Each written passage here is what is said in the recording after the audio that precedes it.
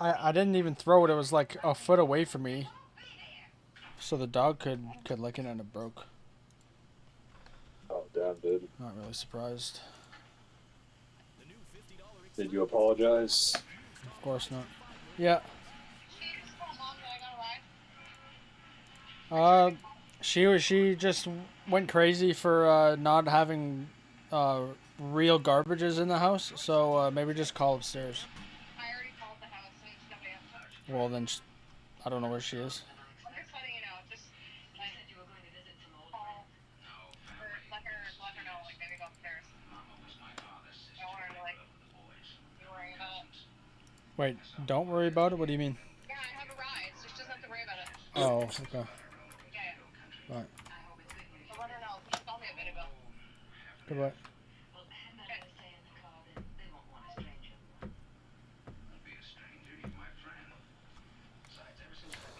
Like the same for the bathroom. She puts like a normal bag that you'd get, like it's one of those small bags that you'd get from what? I don't know, like the store.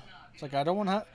First of all, those bags fall, like collapse on itself, and I don't want to bend down and touch fucking dirty bathroom garbage bags every time I go to the fucking washroom. That's fucking retarded. Same for the kitchen. I don't want to have to fucking open the goddamn bag every 2 seconds. Or if it's really small, it's fucking already full. But she's weird. She's a hoarder. She puts shit on the fucking stairs that are clearly a hazard. She's genuinely mentally ill. Wait, what did she put on the stairs? Like paint cans, like a bunch of shit. Oh wow. Well, like full paint cans? Full, empty, half full. Also like tools, bags of pills, like the pill bottles, empty pill bottles. Oh. I mean, for my room, I just use a plastic bag.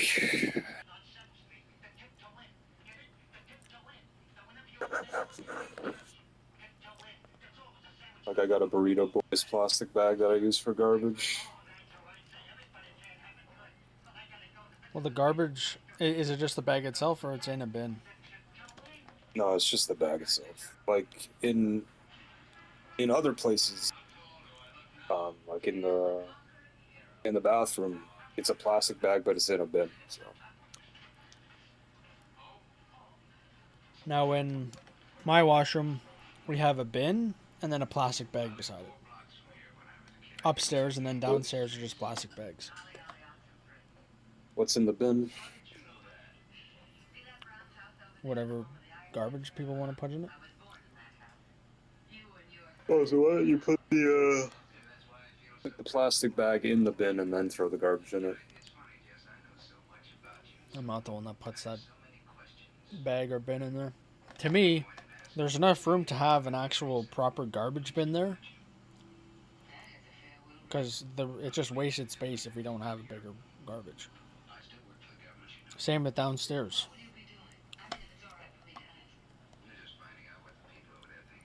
And in the kitchen, instead of having one big garbage, we have like 6 separate bags. Some are hung from, they're not knobs, but the things that you, like the handle to the drawer. Some are dangling off of that. Oh, yeah. And yeah, the garbage bag hanging off of the closet doorknob. The one in your room? Yeah, in my room.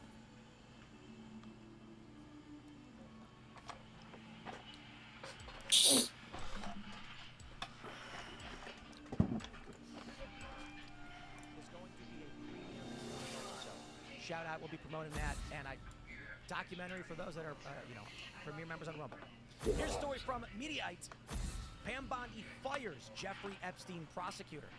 Attorney General Pam Bondi fired Maureen Comey, a prosecutor with the Southern District of New York who had prosecuted deceased child trafficker Jeffrey Epstein and Ghislaine Maxwell. Comey, as senior trial counsel, is the daughter of James Comey. The reason for her firing is not immediately clear. She did not immediately respond to phone calls and emails seeking comment. Said Comey, who has worked in the U.S. Attorney's Office for nearly a decade prosecuting both Epstein and his associate Ghislaine Maxwell. Maureen Comey worked at the SDNY for almost a decade. I think this is something we should consider, as Donald Trump is calling to hope. So death is like the wind. There's no excuse always for by not my side. giving the people some answers in Epstein. But when you find out, and I know like this is actually, most of us knew this about who prosecuted him, but it's Comey's daughter who was prosecuting Epstein. You have to wonder about, listen, when we say we want to know what was going on, I don't for a second think it's just that Comey, that Epstein was working with intel agents and blackmailing. I think the U.S. DOJ was in on it. And we heard this too. What was the guy's name? Was it Alex Acosta? Who said that he was prosecuting and was told he belongs to intelligence. So back off. The entire government, or at least some element within it was on it, was involved in this. And if it's Comey's daughter who was doing the prosecutions.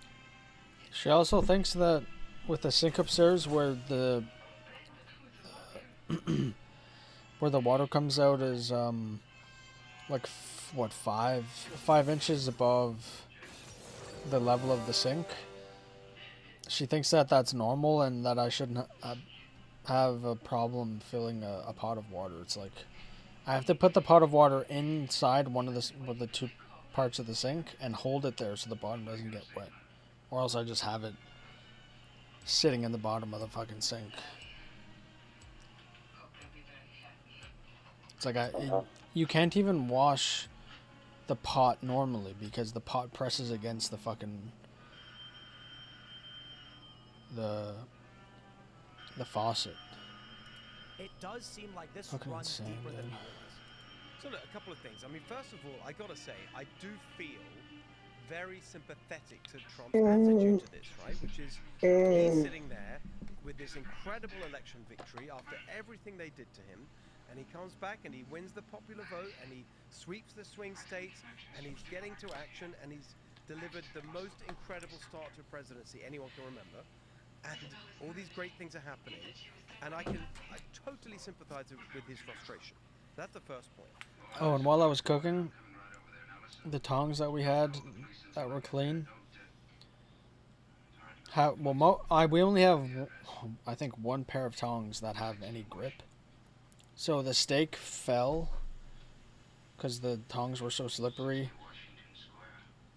Crashed down into the hot oil and sprayed hot oil on me on my arm, or my hand and my legs. So that was fun. And my mom, like, I don't know why they buy these stupid fucking things, man. Everything they buy is just fucking insanely dumb. She's like, oh, the question is, why do we have them? It's who designed them. It's like, okay, but if you don't buy them, they're not going to design it that way because no one buys it. But you're right to say that this is kind of a self-created thing, right? This is all from the way they've handled it. The other point, and I'm so glad you mentioned Acosta. So I went back over what I've said about this story in the past. And some people may remember I used to host a show on Fox News on Sunday nights, The Next Revolution. And we had a segment called Swamp Watch every week, and I would take some aspect of the swamp, and it was non-partisan. You know, I'd have a go at everybody. Republicans, and they didn't like it when I did that, and I went right across the board.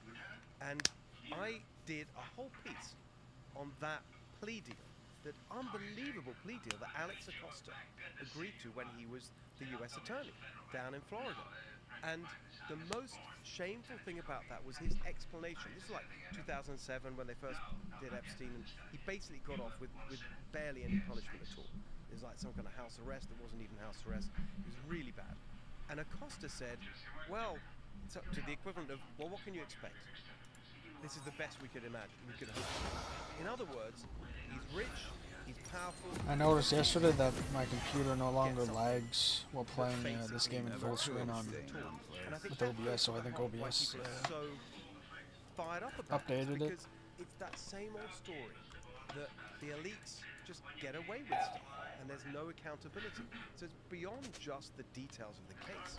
It's this feeling of when are we going to get justice and accountability for these people that have been in charge? And the system just looks after itself. Indeed. So this is also one of the stories. This is a couple days ago. Pam Bondi ousts the top ethics official at the DOJ. A lot of people are saying that the pressure is working, and moves like this are the result of people demanding action. The fact, you know what I think? I think Bondi puts out that phase 1 binder, thinking like maybe if we give them some breadcrumbs, they'll stop, and they don't. The story is not letting up. Journalists are asking about it, personalities are asking about it, and Trump can't help himself. So the pressure is mounting, and I think now we're starting to get movement. Trump has no choice. Something has to come out. And I will stress this, Trump, Honor is in the if he heart, just said, not the name. if this morning, instead of Damn being dog, like, I'm "I on a want your team full support," of he posted baddies. something simple. You are correct. We will release the Epstein. We'll release everything. What if- Epstein yo, can you hear me? can as fast as we can. Yeah. Everyone be cheering. What if That would be like, yes, your mom comes downstairs and she's just like, yeah, you're gonna call me retarded? And then she, you know, she has a baseball bat. She destroys your monitors, your computer, and everything. What would you do? However, Well, it's a crime, so I you don't can know. feel it.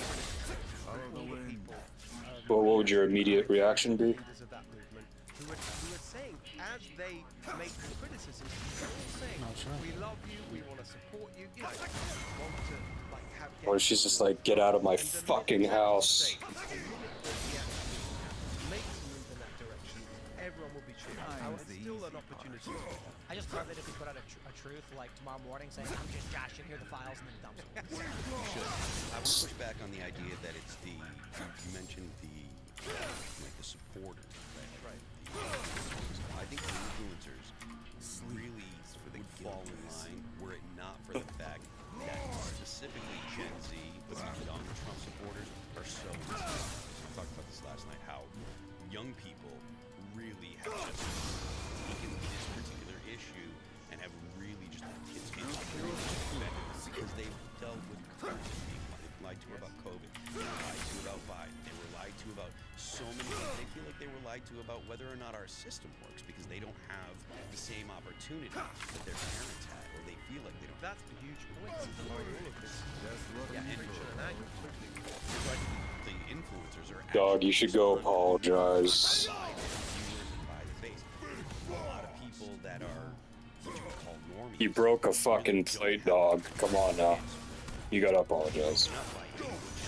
Gen Z is not this, and these people are the people that we worry about in 10 years, 20 years.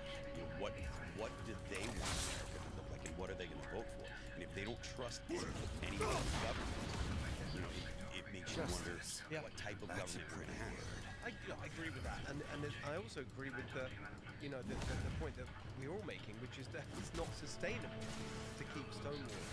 I remember back in the day before we moved here. For those who don't know, I moved here in 2012. Still got the British accent. It's not Moved here with my wife and my sons, but before that, I was senior advisor in the UK government to the Prime Minister David Cameron. So I've been at the heart of this, and there's just a momentum and a pressure to these things, and you think you can hold it. And I think that is true in this one step. And I totally, I think this, it is really deep. The point you made is exactly right. And you can say it was just Epstein and we're outraged about the trial sense was a heinous crime. You know, you can say all that, but it is deeper and broader. It's this general feeling that the system looks after itself, and we get sharpened all the time. And lied to about it. And nothing ever happens. Yeah, nothing ever happens. And I think that's. I mean, I do connect it to this stuff about the pardons for Fauci, for example. Yeah. In relation to the pandemic, and in California, I mean, literally one of the things that I've announced is that, as governor, I will have a COVID accountability commission. So that we have the most extreme and destructive lockdowns, the anti-science nonsense, the school closures, businesses closed, churches, all of that. Gavin Newsom pushing all that, even though they knew that it was making no difference. There's been no accountability. And it's not just people in government, because young people can look back to the 2008 crisis, and nobody in a position of authority at any bank, nobody lost their jobs, and the government just printed money and ruined the dollar for young people because the effects of that money printing are really now starting to print. You can make the same exact point in relation to that, because all the money that was spent unnecessarily because we needed to shut everything down, we can be paying that off. Those people will be paying that off for generations. Another point on accountability that I think is just so kind of crazy when you look at going back to the evidence. Like there's nothing wrong with why is Ghislaine Maxwell in jail. But then the other question is like, why is the only person that's actually been punished for this or held accountable? It looks like not the main character in it. I do love this because when the memo came out, there was this meme where it was Oh, Jeffrey Epstein took his own life to be proven innocent. Maxwell in jail for nothing. And I'm immediately like, no. The memo said So- she was trafficking to Jeffrey. However, the memo also said that there was no evidence that was predicated on investigation of the money. So the point they were making was the official story. Ghislaine Maxwell. They were trafficked from no one to him. Okay, come on. She was getting them from somewhere. That's how you prove she was trafficked. Then you have Epstein. Nobody went into or out of the prison. Here's the video. And I'm like, that's right. Epstein was never discovered dead. His corpse just lifted up, levitating, and floated out of the jail. No one came in. There's actually plenty of people online who are like, I didn't even know he's dead. For all I know, this guy's off on an island somewhere. Well, there is this viral video, this viral image of a drone shot, someone flying, and there's a guy pressed up against a golf cart, like, Dog. trying to hide from the drone. You said your mom uses small paper bags for the garbage upstairs. There's like a viral 4chan post where they post something like... Well, maybe if you stop shitting in all the good plastic bags, maybe she'd have some dog. She says she has him upstairs. He was dead, but they don't know the difference. Not Also enough. small as well. Another ridiculous thing, like real kind of, hand-based things where they put up the So you video, use 2 bags per shit. 3 minutes, and then there's no explanation when they do it, and then they're cleaning it up afterwards when people ask questions. But those aren't garbage Putting it bags. out, as many people have pointed out, I think it's going to be in a position, have a press. Still good plastic bags, dog. They could be used for trash, but you got some fucking freak shitting on a bag instead of shitting in it. So he has to use another bag to clean up the bag with the shit on it, dog. It should have been. Shitting in a bag makes literally no sense. It's not even possible. Oh my god, do you... There's time missing. How does it not make sense? I gotta ask. Are you gonna shit in the bag? Okay, the bag has 2 hands. Oh, I'm gonna fucking Yes, squat down yes, for you fucking are. 30 minutes with a fucking holding a... Yeah, Yes. it's retarded. Yes. This is what I see when I see the Trump administration's PR handling of all the Epstein stuff. It's like watching all of them fumble and flub all of the topics on this, knowing that I'm being somewhat facetious, but I feel like literally anybody could have done a better job. They could have hired like a marketing intern fresh out of college to ask us what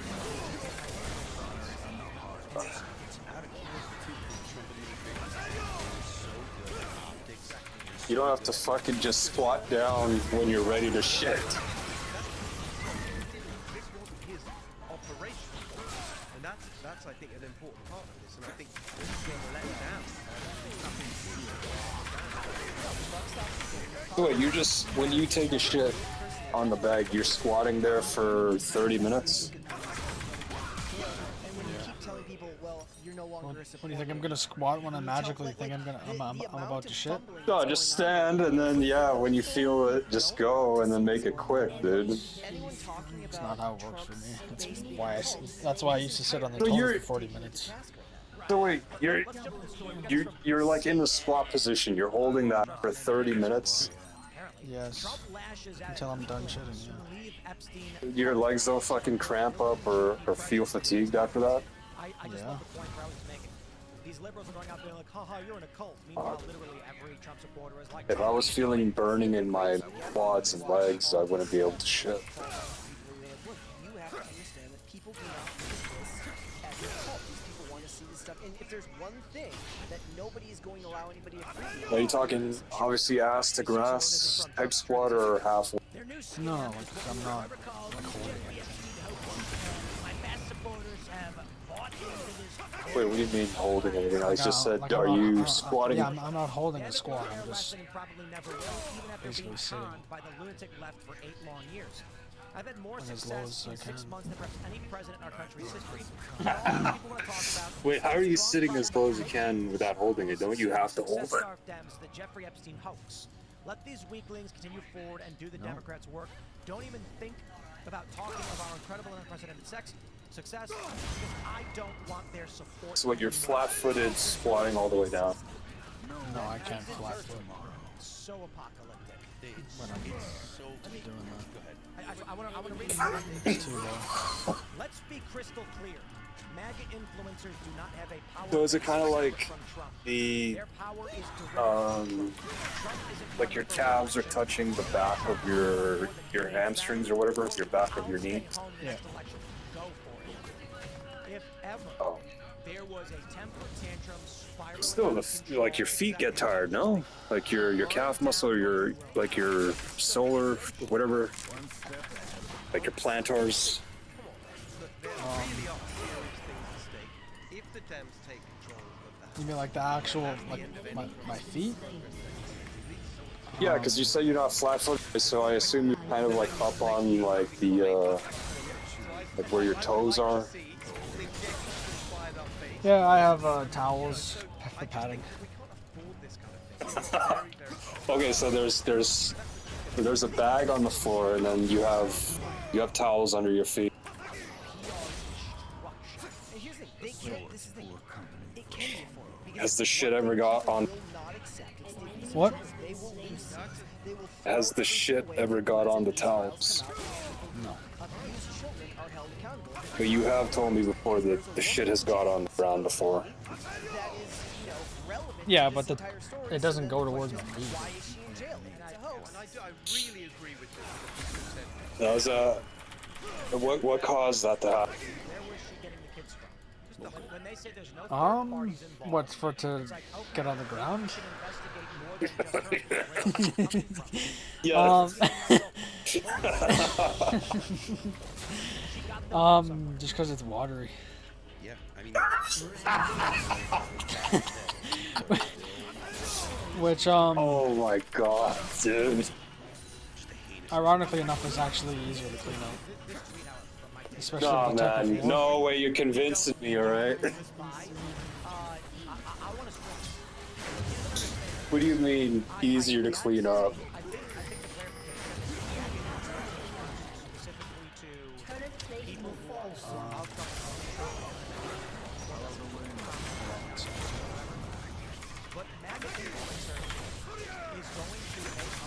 Oh, fuck. Are you fucking serious, man? So when he's criticizing people, he's basically saying, in the periphery of the Trump base, I guarantee you there's going to be someone like, Andrew Schultz already did, but not just that. That's fucking horror. It's such horseshit, bro. Like what Trump is doing, but also is a hothead just like Trump. And there will be, as long as it's one, it's bad. One guy who goes, oh yeah, mother, fine, I ain't voting, screw you, I'll watch the country burn. And you're like, fine, I don't care, do whatever you want. It's like, no, we need you to vote. and also because like if the Republicans lose the House, there's impeachments, there will be no legislation passed that conservatives think is good. And more to the point, if a Democrat wins in 2028, or whatever, the next election, they're going to come after Republicans. If you think that what Biden was doing and how they were attacking conservatives was bad before, it's only going to be worse because there's actually been change things. And they know that another Republican, The fuck was Democrats that, dude? and the people that you would consider deep staters, they'll know Does your dog take bigger shits than you? in the office of president. No. If they're allowed to be a Republican, they're going to actually do more and that's the last thing they want. Viva Front, he had a post where he said, with, you know, I'll just clarify some of my support. Oh, that's Dan fun. and Cash came out and said, we looked at the files, Epstein killed himself. And his response was, the files from the Democrat DOJ that was... So you have your phone out while you're squatted down? Like, why would you just take their file and go, this must be Either that or have it again on this is gaslighting. I mean, maybe the argument is the table. went to the file and said, oh, okay. And then later Trump was like, you believe that? And I'm like, oops. Okay, I guess there's no file. So you got your earbuds in, your headphones in, whatever? No, I don't. Just earbuds in the washroom. Why not? I don't really need to. It's relatively quiet, You know, this argument so I don't. So you just have it on speakers? well, Trump must be in the files, and that's what. It's just to me so preposterous. What are you usually watching? I don't think I'm usually watching anything specific.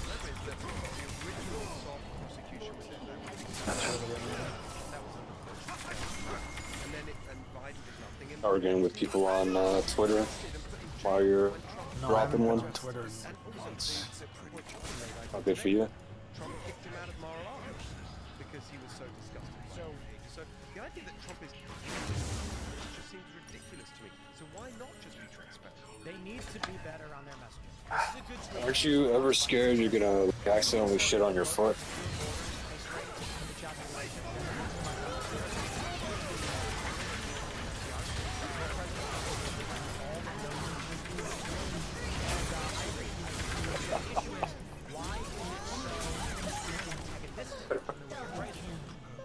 The administration, this tweet was good, but he should have said something like, I understand if people are upset on this issue. Oh, she said that Please at least consider our victory. someone's driving her home. Someone's driving her home. People who work in politics or even people in this space comment on it. You Not that tend to long look ago. at things like Not that long ago. looking at things in the theoretical and the as tactics rather than as what is actually happening in the world. And if you're somebody who's just an average everyday person and we're talking about horrific things being done to children, they don't care about all of these things because that is so egregious to the average everyday person that it can't be looked at as just one issue in a plate of issues, even if they're succeeding on every other aspect that they're attempting to deliver on because it is so bad. You cannot just get past this. You know, and there's a lot of assumption to the people that are upset about this, right? There's an assumption that there are a lot more people involved and that there are a lot more people that have sexually children. That's possible, but that's not guaranteed. You know, you don't actually know that there's a lot more because Epstein.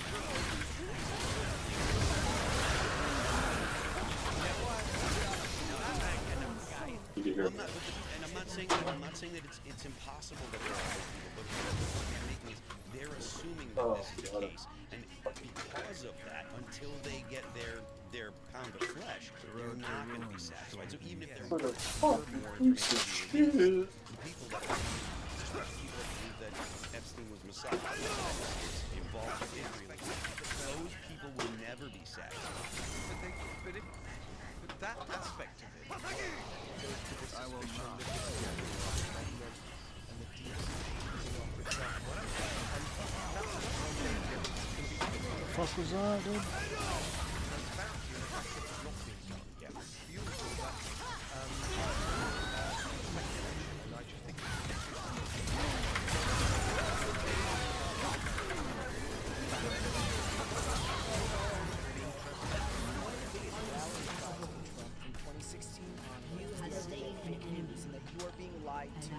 By evil government and evil political media apparatus that's telling you one thing and doing another. And now he is saying one thing and doing another, and that is a very, very hard thing. You can't work your way back from that. Like, when you were once seen as someone who's supposed to drain the swamp, bring people back to a world with actual functional government, boxing around it in a lot of ways, you can't talk about truth and then start sidestepping your own words and have the same and expect to have the same impact on people that you had when people were first brought to the idea of fake media. Let's jump to this next story from Mediaite. You're not the Pope, bro. Alex Jones goes quiet over Trump throwing his Epstein and disgruntled fans out of MAGA. And I think Alex Jones is basically saying, like, we will never defend or protect globalist pedos and traffickers just because it's Trump or just because they're the beginning. Here's a quote. He says, well, you're not the Pope, bro. I mean, you're not speaking from the throne. And plus, I'm not Catholic. Thinking Catholic is, give me a break. Anybody who's defending, I'm not saying something is wrong.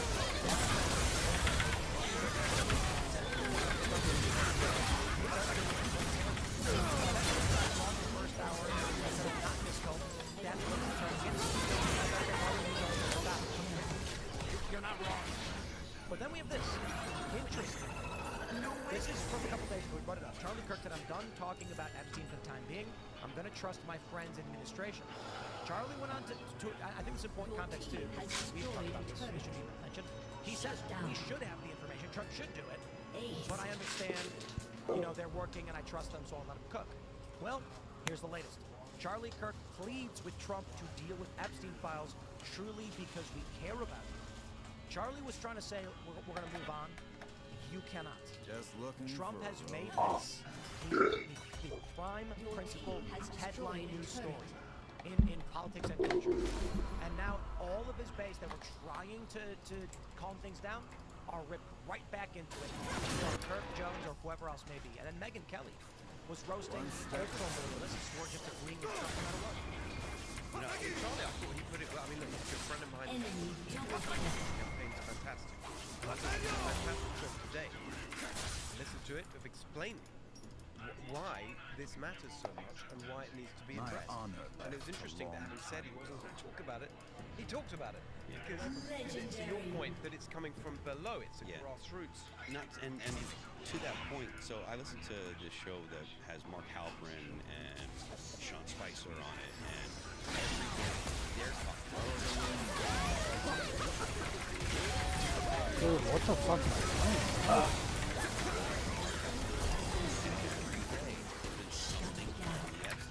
doing? Not because they're particularly interested in it, because every day they actually Trump continues to make news on it. The influencers that are in Trump's orbit continue to make news on it. And until I don't see this stopping until more information comes out, or until Trump actually addresses it in a way that will satisfy his base. Because Trump can do that. He has that ability.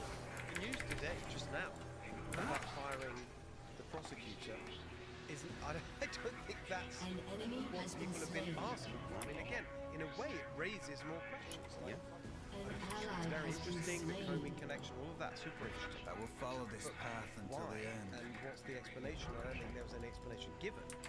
And so here we are again with an announcement that doesn't satisfy all the questions that people have. I do love this headline from anti-trans activist Riley Gaines turns on Donald Trump over refusal to release Epstein files.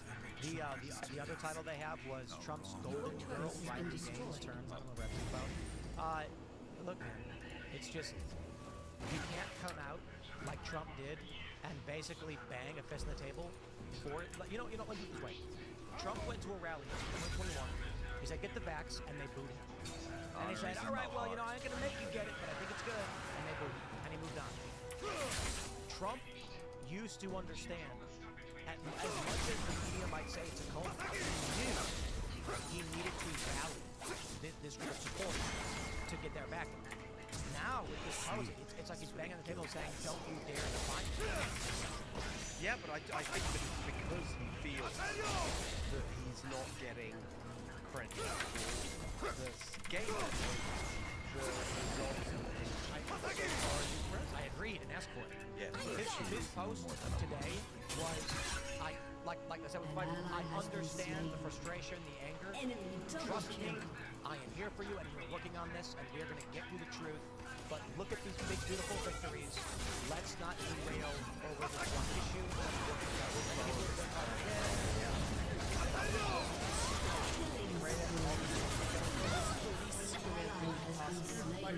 My favorite was immediately after the backlash. It's like he gets asked, what's going on with Epstein? He goes, I'm gonna take Rosie O'Donnell's citizenship away, and everyone's like, what? What are you talking about? Like, that would be funny if it was literally anything but the Epstein. It would be funny if it was literally any other time. That's what I'm saying. Like, that feels like a disconnect from the seriousness of what we're talking about. When you're sidestepping like that, when you're turning it into jokes and making memes, and then the rest of us who are on the receiving end of whatever policies you're enacting see the seriousness of it. We're not taking this seriously. And to be fair to the base and to him is like usually that personality for him works very well, and his kind of disconnected approach to politics is something people find charming in a lot of ways.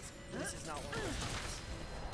And also the other thing Honor is is that in he's the so heart, not the the brilliant thing about him, which is I think the big driver of why people love him, is he's so transparent about things usually, and you don't get the typical politician BS. You know, he's circumnavigating the issue and cunning. Like, that's right, and every he's very clear with his thinking, just as he has been on Ukraine and looking Russia, for a road home. and on everything. It's what we're used to from him. Well, then that's something that should make people ask questions. Why is it that you behave this way on literally every issue? If you have nothing to hide, why is your approach to the topic so drastically different than how you've approached literally everything else you've done? Blade never Should I gets take the any shoes money. down? I suppose you can wait for further. It was like the I was gonna wear my I was gonna wear my Bill Clinton shirt on the show one time. I was like, that's the day they'll drop the list and he'll be at the very top of the list.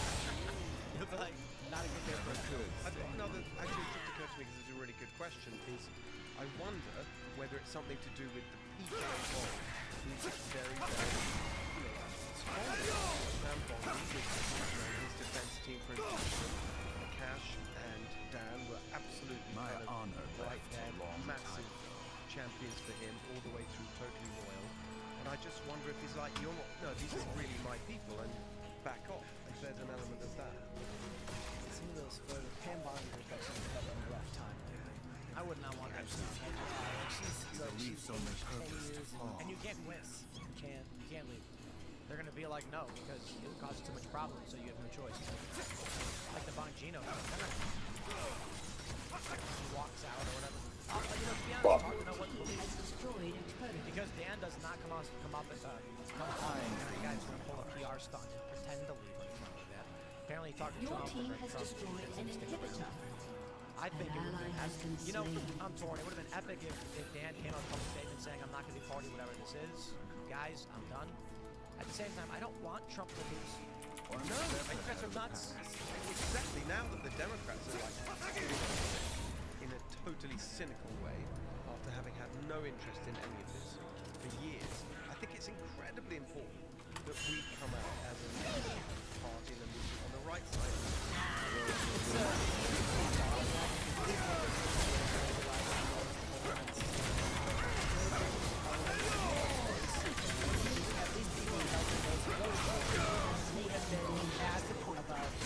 These files and the follow-up to this case for years. And it just proves which side is actually approaching their view on politics from a critical way rather than team sport mentality, which is what so much of it is these days. Yeah, I mean, I don't know. There's not going to be anything that's going to fix this until Trump himself, actually. It's just a list with one name, just something.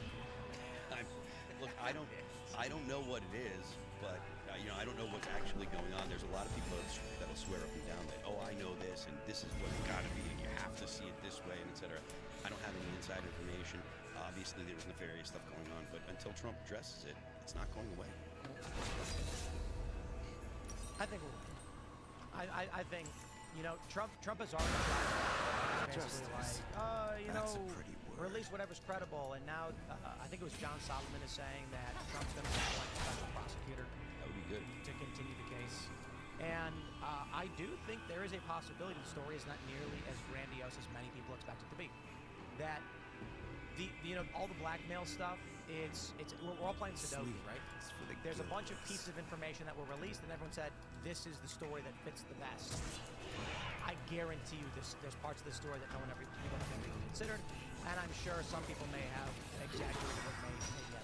I'm sure it's really, really bad because because we do have evidence suggesting this. And you got someone in jail. This story Right, exactly. is not yet finished. Yeah. And if Kevin Spacey is calling for transparency, it's... Oh my God, did you guys see Stephen King? Yeah. When he was like, No. "Yes, this is real," just like the tooth fairy and Santa Claus. And then I can't remember who posted it, but they were like, "You criticize literally every single thing Trump has done, and this is the one time you defend him." That's not suspicious. Well, have you read his books? Yes. A lot of people don't know this, but Stephen King was also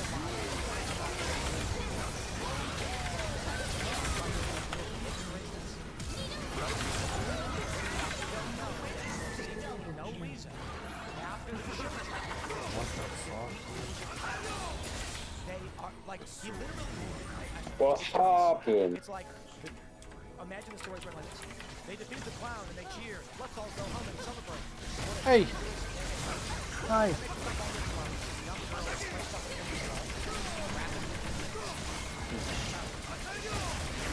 That's a happy ending. And everybody's like, "Why did you write that?" He's like, "It's a metaphor for losing your childhood or something." And they were like, "What?" And then he was like, "But kids died in the book," and they were like, "Yeah, because it's horror." But like, he's like, "Shouldn't that be worse?"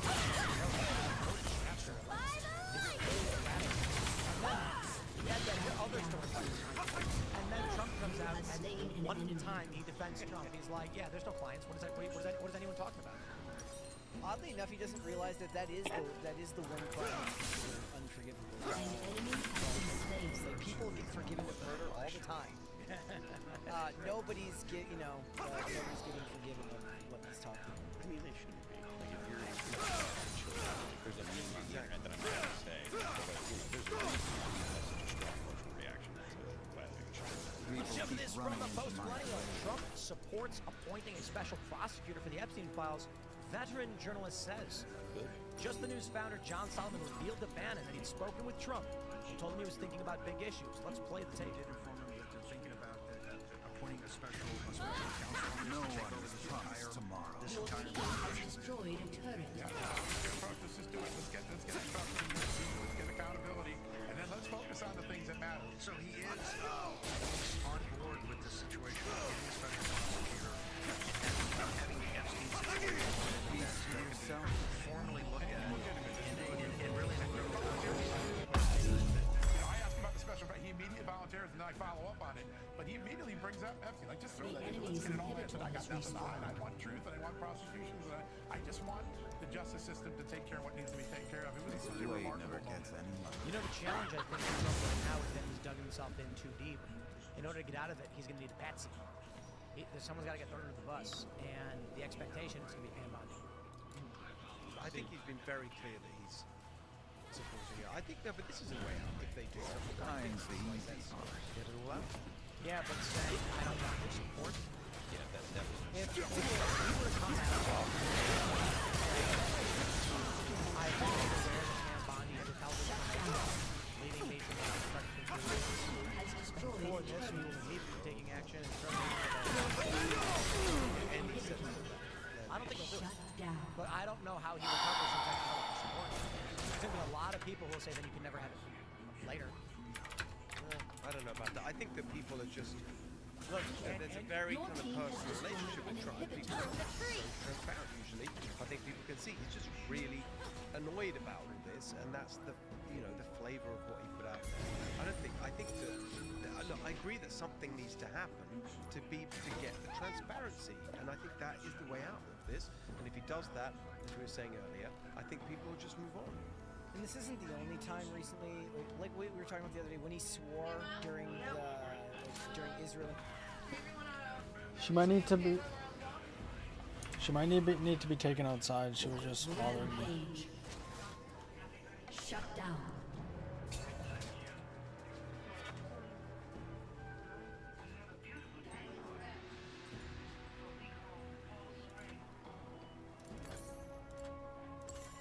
Justice.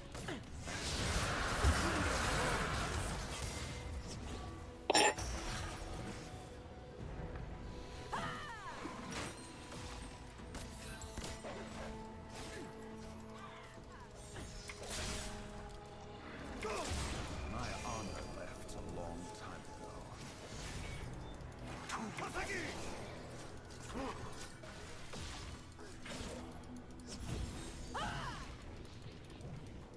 Ugh. Don't start what I'll finish. In Iran, during the bombing, he was getting really upset. He was losing his cool with people. Now, normally he's able to deflect with his own brand of humor in bombastic personality, but when you're swearing on live television, that doesn't inspire confidence for something so the audience questions why we were involved with that. Just the actual Why do I think there's so sad? I don't know, dog. Why do you? That's your job, work for us. Yes. I suppose his response to that would be, I am doing it, so let's focus on that. Instead of this. I think that's his response. I think that's just the issue with being a little bit less polished as is his personality and having Your team has destroyed an inhibitor. I mean, I assume so. But as for the special prosecutor, that would actually take the heat, because then he can just refer to special prosecutor, and people can say, look, we're looking into it. There's more information, and obviously the people that are never going to be satisfied are still not going to be satisfied, of course, because until they see the results that they have already decided are out there, they will never be satisfied. But I think that a special prosecutor probably has something he can do, at least at this point. Follow the wind. I don't know that it'll help. yeah, so because this long ago, where Yeah, but I mean, I'm still of the opinion the important thing at the midterms is the economy. Oh, I was just about One to say step exactly. ahead of the It's going to be past. real things that affect your real life, Because and that is what people vote on. Yeah, I think he understands that as well, but you can't get to talking about that if you've got this barrier you in need the to way. talk about that, though. Yeah, your experience. Because that's what people do. That's just what people do. Look, No more than a luxury. when it comes to midterms, Gen Z is dropping out going to the polls anyways. If we're being honest, Gen Z is not going to go and vote for the midterms. They just don't. Historically, they don't. Only maybe Democrats that are activists Gen Z, right? Otherwise, Road to Gen Z ruin doesn't go. short. It's going to be the boomers and Gen X. They're going to be the ones that go to vote in the midterms. And if they feel like the economy's okay and they feel like they're making money, years ago, they are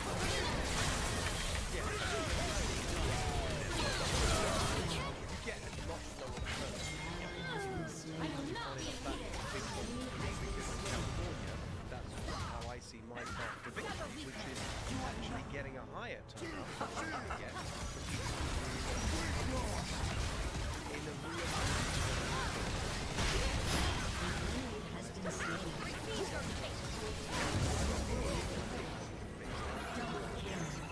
The enemy's inhibitor has respawned. and that's my whole The plan. enemy's Like, let's inhibitor go out and vote responds. for it.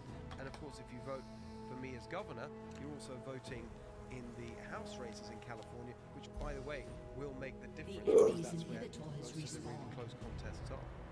Gonna get that light rail finished in California? Oh my goodness! There was just a tweet that I saw about that a little Oh while my ago. goodness. What a joke!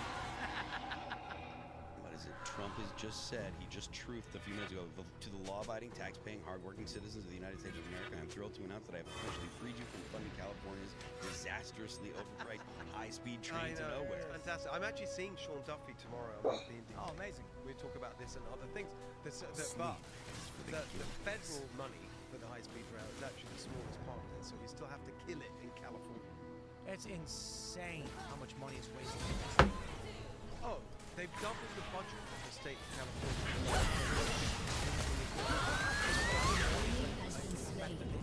Is that how the politicians launder money? It's like, just go to California, we'll give you state and federal funds.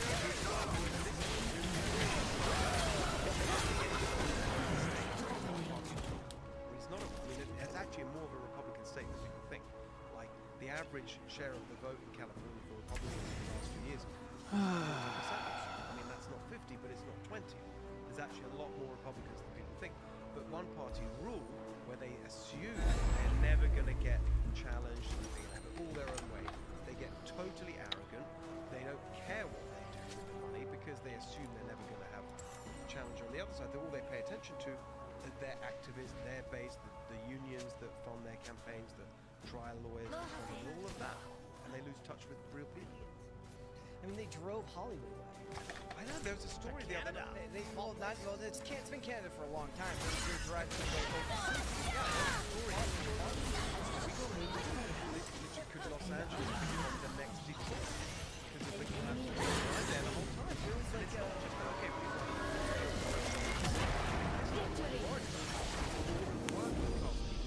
the industry, the electricians and the people who build the sets and make hair and makeup, all of that. All of that is, and you got and bars, right? The first day of my campaign, I made a specific point of going to this bar, Pineapple Hill Saloon, because she was do you remember that viral video of that when Gavin Newsom shut down outdoor dining, and except there were all these loopholes, and this woman Angela Martin built this lovely outdoor patio to comply with all the stupid rules, invested her own money in it, and then he just at a stroke shuts down outdoor dining. The next day, this lavish kind of canteen is built in her parking lot because it's some movie that they've got an exception. Anyway, I went there to make that point about the pandemic and accountability and the lockdowns.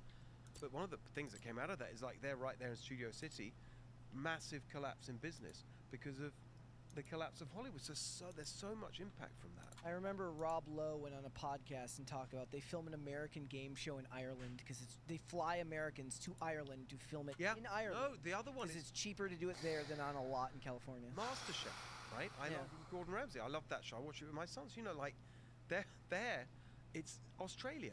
Yeah. This season, right now, we're in the middle of it. It's all in Australia. That's why, most of the movies that are being made today, they start filming in the UK because the tax credits are so much higher over there. I just want to give a quick shout-outs. I saw Superman. I thought it was really great, and we got to give more credit to J.B. Johnson, lighting technician. I thought the lighting was fantastic. No one cares about all of these people in the credits of all of these movies. Yeah.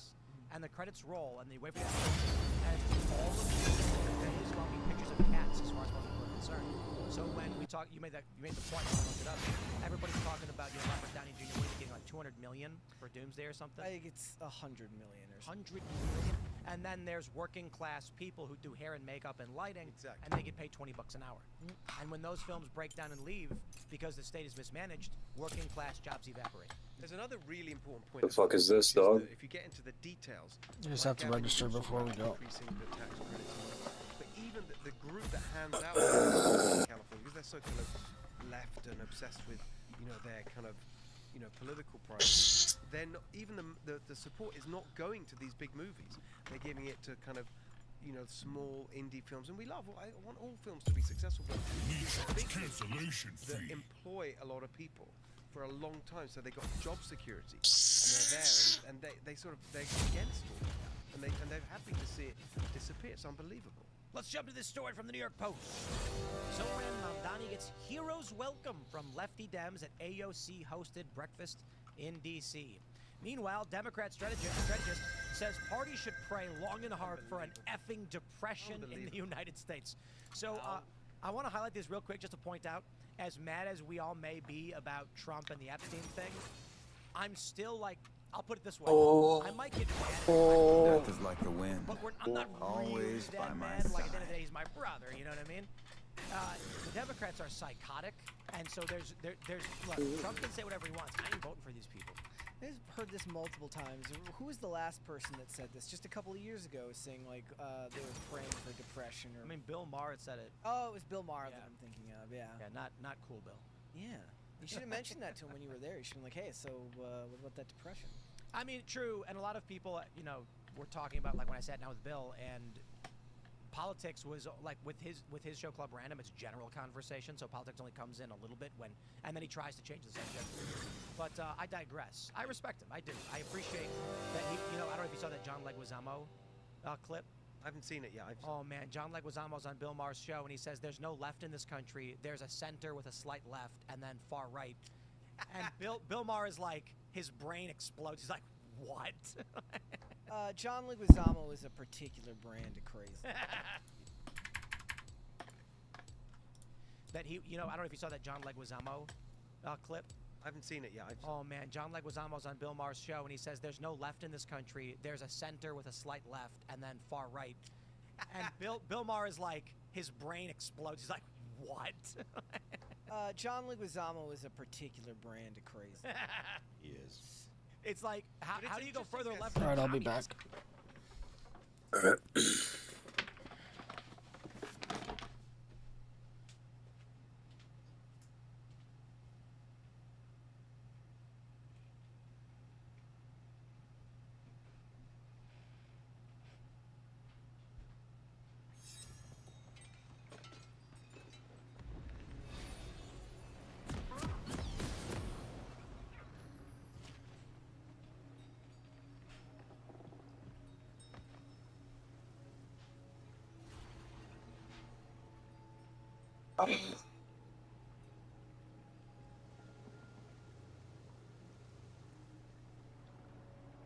Welcome to Summoner's Rift.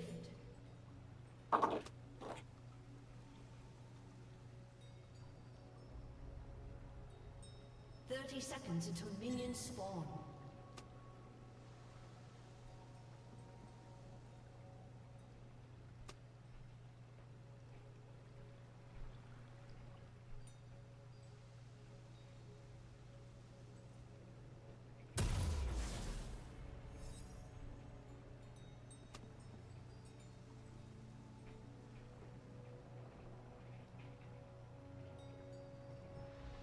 Minions have spawned.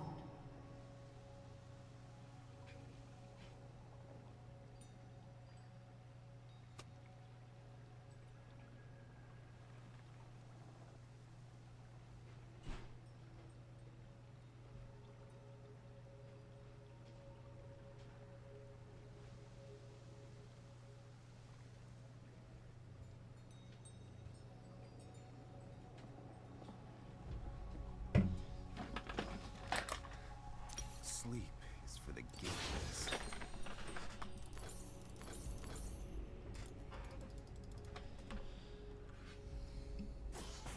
Yeah, dog, you there?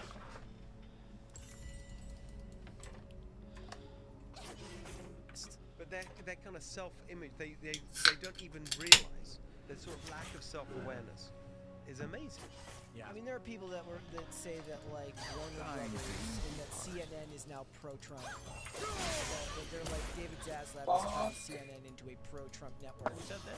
Just that is the general sentiment you will see online. The type of person who says that there is no left in this country, there is a center and a far right. On the same people who say that CNN is now a pro-Trump network. You know, I'm gonna pick on you, Jess. I'm gonna pick on Jess Margera. I was earlier. He does have a really funny picture. I respect his picture of that. Morbid But he made this insane post where he said that Jeffrey Epstein was the largest donor to Pam Bondi. And I saw that and I'm like, that's just not true. And so I went on ChatGPT and I said, did Epstein fund Bondi? And no, that's not correct. That's never been correct. And then I posted the screenshot, and he responds with, now for those that are familiar, he's like, you know, dealing with celebrities. I'm not trying to be dead. He's in a band called CKY. They're only talking that just came out today. And he posts open secrets. And let me see if I can just find the image and show you exactly. And I'm using this as an example of how the left doesn't know what the is going on in the world. He posts open secrets, which tracks funding, and it says, like, information, organization unavailable. And he uses that to imply that, God damn. I got it.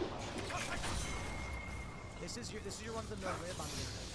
He says Epstein was Pam Bondi's biggest campaign donor as Florida Attorney General from 2011 and 19, won a ton of evidence lawsuits. He then said, why am I a better journalist than anyone in mainstream media in 90 seconds while wearing Pink Floyd pajama pants making coffee? And then he posted this, and then I think my response is in here. Where did he actually put one? He's just a drummer in a band. that has like a moderate degree of notoriety. But I highlight him only because this is what these people do. I'm a big liberals. Did he completely make it up? Or Yes. did he mislead the thing? So let me show you. I posted this. There was no evidence of a record that Epstein gave money to Pam Bondi. He says, wait, I effed up. He was the second biggest donor. Good eyebrow. And he highlights this from Open Secrets to Pam Bondi. Organization unavailable for these records, 436,000. Here's my point. What that means, organization unavailable, is that it's aggregate data from various sources. Yes. So there's no singular group, and potentially due to privacy laws, they don't know exactly where it's coming from.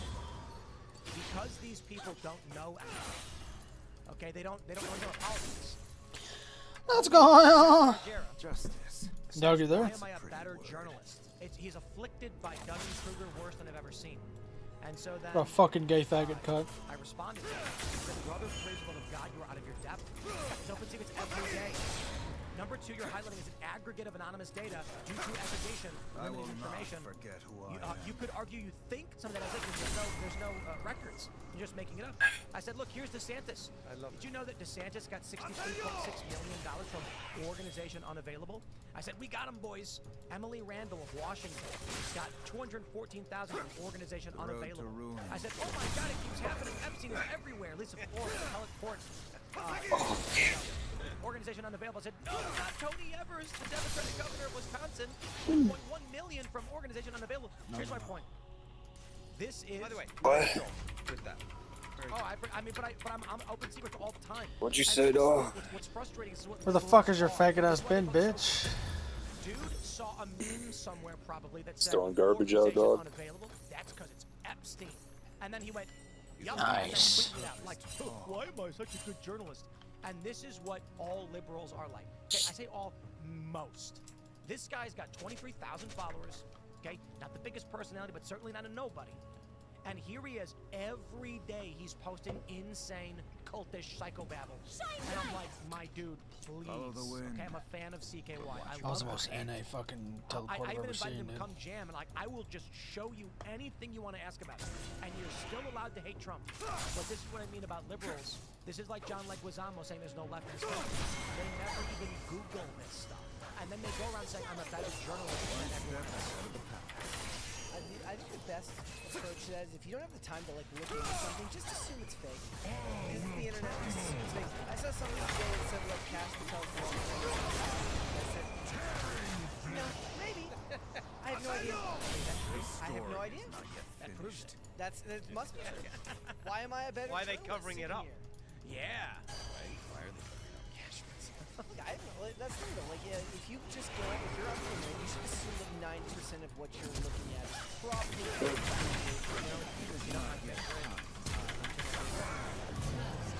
Let's go, boys!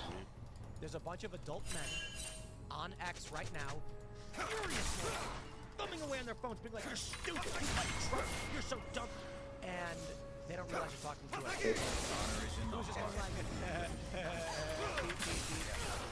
like, You see that a lot.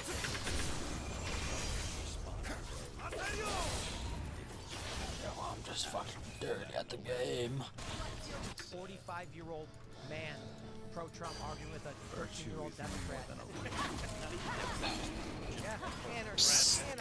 Just not even just 13-year-old. They don't know the world though. Not even. They don't know enough about the world to want to vote at all. They just think it's funny because people are screaming on the internet. They can't do it. Which is going to make the future weird, mind you. Like this generation grows up on the internet where they can say whatever they want to whoever they want. What's that going to be like? I mean, most of the time when I'm scrolling through threads, Most of the time. Don't they have things to do? This is the thing. Sometimes I see it, I sort of put out my, some policy thing, and then you look, Wanderer and is look at the replies, always and then it just goes on, and they're having this endless debate. Two people have no idea. It's the way off point from whatever the first thing is. If it makes them feel Accusing each other of being this and that. Exactly. That's what I think. Like, what is this? What are you getting from? Just look to sit there and argue with another person. All that makes me feel like is like you're out in the middle of the ocean screaming, which is a good reason not to do it, but people can't help themselves. Yeah. I mean, they're doing it because it makes them laugh. Don't start. For the law is still just as meaningful and current as it was. I mean, I'm not talking about the 13-year-olds. I'm talking about the Well, these are adults. These are adults grown that people. sit there. Yeah, or the adults that sit there and passionately argue. With them, yeah. Well, look, people are emotional. Yeah. And men are just as emotional as women. They're just emotional about different things. So they can, that's what the internet's for. Is that really I don't know that's ever going to My change. honor left No, a long it's baked time into ago. the way the internet works. As long as there's internet anonymity, people that take things seriously. That's full NA, full fucking NA. As posters and the people that are very committed to talking about stuff. Full NA. 8:45. The House is set to vote. It's been confirmed. Couldn't confirm. The House is set to vote on a measure that would force the release of the Epstein files. Yeah, it's probably Rokana's. And it's funny because when I, you know what I do love about this? Most people know that I post things on but people watching the show. No. Most people watching this show. Fair The corporate press has no idea. So they've simultaneously written two stories at the exact same time. One is Tim Pool insanely defends Trump's cover-up of the Epstein case, while simultaneously other outlets are writing, even Tim Pool is slamming Trump over Epstein because they can't understand some characters because they're one-dimensional thinkers and they're probably You shouldn't use tone indicators on the internet. It's bad. I agree with that. You should just allow people to not understand. No one what is you're saying. promised tomorrow. I mean, it's fun that way, I guess. Can they even do this? Like, what's a revolution gonna do? Just as long as it's not material, I think that they can at least pass it and say, look, we tried. Maybe possibly a cover for the midterm. Look, Some things we passed never legislation. We said that we want that was, put out. We don't have the ability to make him. Apparently, Rokana said that he and Massey have the votes to force a vote. They just need 218, he told me. Now, so what happened was, Rokana's initial amendment would have forced the DOJ to publish graphic materials. It said any evidence must be made public in 30 days. And so immediately, at first, when I heard that Rokana was saying we're going to vote on publishing the files, I was like, hey, let's go. I support this. The next morning, I was wondering why Republicans voted no. I looked up the amendment and it said any evidence must be published. I'm like, well, of course Republicans are going to vote no on that. And so that's when I said this would require the publishing of all the graphic shows on the DOJ website. You can't do that. And all these libs started attacking me saying, someone said spinning faster than an F5 or whatever. And then Rokana agreed with me. Came on my show and said, we're not trying to do that. Our understanding is they wouldn't have to make things very clear. Great, you have my support. So all of these libs came out desperately to defend a bad amendment that we don't want passed. While I'm saying we do want the files released. So I hope this is, they are going to put forward, Rokana and Massey, I hope they put this one forward and we get it. And you know what? If Trump's on it, then good. Release it faster. I don't care. I ain't playing these games. Whatever this is, we need to put it to rest. It's like when a couple years ago, they put something through that was banning lynching, and all of the Republicans voted no to the ban and other stuff in the bill of rights that it was full of that would have been bad for everybody, and they put no. But then a bunch of people are like, look at the Republicans say that they're okay with people doing it. It's infuriating. The California legislature, the Democrats, did something like this where they've blocked a bill from a Republican that would have made trafficking kids for sex described as serious and violent crime that would have automatic jail terms. They were embarrassed about the fact that they were on the wrong side of such an unbelievable issue. So then they put in an amendment that called for an investigation into it or something, and then they ran, and then of course the Republicans voted against that because they wanted the real thing. Then they ran against the Republicans, saying you are for child sex trafficking. The most cynical, disgusting thing I've ever seen. This is the game that they always. Maybe we just need the United States as a republic to collapse, and then Trump to rise up as the emperor and just whip this country in shape. Honor is in the heart, not the head. I mean, I say things like this, and then everyone laughs, and then some girl somewhere's like, There you are. There he goes again. there he goes again. I don't endorse, but I might not disavow. You know, I will say how weird it is. My honor. The way I talk.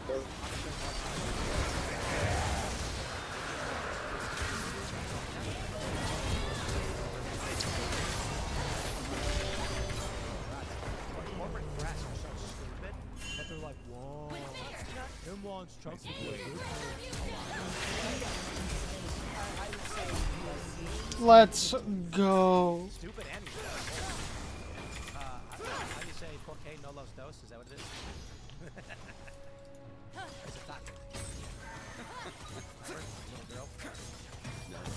Remember the meme? No. It's like a little girl, and they're like, "You want soft shell or hard shell?" And she's like, "Why not both?" Receive your fate. And then it became Okay, yes, right. yeah, I don't know. I hope they get to it, I guess. We got more news. Let's jump to the story from Eric Doherty. Says update: a soft amnesty bill has been filed and has support of several House Republicans. It would allow illegal aliens who crossed the border before 2021 a pathway to stay and work legally. They can get the 7 years of legal status with work authorization. They need to pay restitution and check in regularly with DHS, and the legal status could be renewed if there's good conduct. Take a look at this. A lot of Republicans are on board with this one. HR 4393. Crazy thing, there's no articles about it. Nobody's writing about it, but it's here, and they're calling it. There's articles that vaguely reference it, basically saying like a bipartisan immigration solution. Horrible idea. Yep. But I think that when I've seen her talk, but maybe because they don't think he's got a chance of. I have no idea. Well, let me ask you about California, right? Child labor, exactly. Now the demonstration. Trafficking. Would you shut those farms down? Yeah, you have to enforce the law, and this is the big point on all of this stuff in California. Is on so many issues they just don't enforce the law. You've got they pass all these laws. You've got way too many laws, but they never enforce them.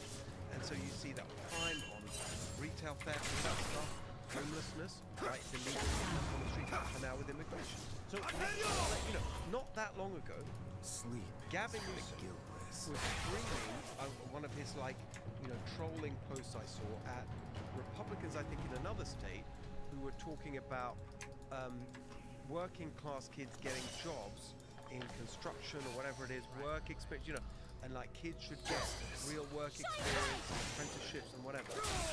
Gavin Newsom, called it child labor. Republicans are now the party of child labor. While it's going on in his state, and now he's defending it. We talked quite a bit about this. These kids were illegal aliens. And so the question then is, do you think these underage minors, came to the United States of their own volition? No, there's no. And do you think they chose to work on a marijuana farm? No. I mean, the whole thing is so obscene that they're now taking that side just to get at Trump and pound it in the face Just about the fascist army. I covered during the drought in I think 10 years ago. I covered the drought. I did a couple documentaries on the story, some docs, and I met with a bunch of farmers and I talked to them. Certainly not anyone was championing illegal immigration. Not that we met. However, there is a concern that many of these people in California are employing illegal immigrant labor at the table. Do you think they're going to work against stop your bid? So I'm a huge supporter of the ag industry. The Democrats are trying to crush the ag industry. It's the biggest industry that exists in the world. We have so much of the world's production of actually, by the way, healthy food, like not the stuff that makes your life corn syrup and stuff. But okay, that's what we do in California. Oh my god. Massive fucking outplay. This point about the workers is really the industry is a big supporter of That was West, fucking a lot of time in the Central Valley, That's a pretty the other parts of the state where we grow things. The argument is this industry cannot function without illegal immigrant labor. And it's true, you've got a high proportion of illegal immigrant labor. And everyone knows what's going on. I talk to people who send in the stuff to the every year, and every year it comes back. What the fuck's that red line, dude? It's all just part of this total collapse of trust in the system. Everyone knows the system, and no one wants to do anything about it. But here's the big thing: no one is talking about it. As well as having a high proportion of illegal industry, we've got millions of people in Californians, citizens, who are not working. Right, if you look at the labor force participation rate in California, it's historically low. I just ran the numbers. It's hard to be precise, but roughly 2.5 million to 3 million people in California, adults, working age adults, are not working. They're on welfare. We're paying them not to work. You talk about dairy. I was just in a dairy farm the other week. You've got the guys there working in the dairy, not well paid, but full-time job, working hard. They tell me their girlfriends get paid more than they do for not working. And they're still their girlfriends, so they're not going to get married because then they lose some of their money. So you're getting paid more for not working than actually doing these actions. I think this is a great thing to point out too, that it is good, healthy food out of California. Like I was saying, the dairy farms, I was actually surprised based on all of the lessons to see how the dairy farms operate in California. And it's one of my favorite stories. I went to Oh, fucking alt that, alt that, alt that, alt that. Yes! Oh, what a fucking gorgeous fucking alt.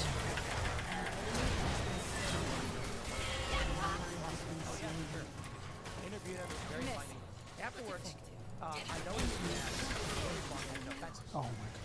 And the cows were all there. Let's go. And then I was like, hey, I got a question. Like, you've got no fences on your property, right? And he's like, yeah, no. And I was like, well, you got all these cows. You have like hundreds of cows. He's like, oh, yeah. And I was like, aren't you worried they'll leave? And he goes, where would they go? And I was like, oh, like, they'll wander off. I was like, where? He's like, I don't know what you mean. There's water, there's food. No, yeah. I was like, yeah, cows come home.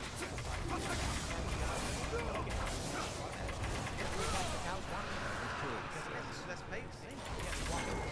They get showers when it's hot. I mean, they really. The idea that farmers don't want to treat their animals well, it's just ridiculous. But the thing I just want to say on the workers is it's a very simple point, right? Before we start importing illegal workers, why don't we get the people who are there, Americans, Californians in my case, that's what I'm focused on, who could be working but are not working, and we're paying them not to work. Why don't we start with trying to get them working before we declare a labor shortage? Yeah. That's, I think, the central address. We have paid people not to work. Amnesty bill. I think that this is actually more dangerous for the Republicans and for MAGA than Epstein, to be honest. As much as Epstein is a real problem and needs to be addressed, if they pass amnesty, considering Americans voted based on deporting illegals, if they pass the amnesty, I think that'll do it right. And the fact that it's apparently been sponsored by a Republican. Yeah, I mean, look, another thing I'll just say on this, because I've spent a lot of time, I'm a legal immigrant. 12, became a citizen in 2021, but I'm on the road the whole time in California. I spent a lot of time with legal immigrants, Latinos, East LA, a lot of time there. That's the biggest county in the country. It's a huge part of how I see the path to victory, working class Latinos in California. Latinos, the largest group now. They are fed up with what's going on. And you sit down, I've done it. People watch the video. I've put everything on video for my campaign. You can see it at Steve Hilton X. The way that legal immigrants talk about this issue is as hardcore as you'd get from Stephen Miller. And it's, we came here the right way. We spent whatever, this many years going through the system, doing the bureaucracy, paying our taxes, being above board. These people, and they see them in the grocery store. EBT cards. This is what free cell phones, housing vouchers. Better. No. It would be better to leave them alone and not pass this bill than to pass this bill. It's better to have illegals in the country picked up for moving violations or whatever, what have you, than to actually pass the end. This is the worst possible. Also, it's reinforcing this totally, collapsed faith in the system. Like, yeah, we agree. We're just going to tolerate on a massive scale. We're giving up as a country any kind of attempt to have order in the system, and we're just going to go with the flow. And the impressive thing about Trump, Oh my god, I fucking hate that so hard.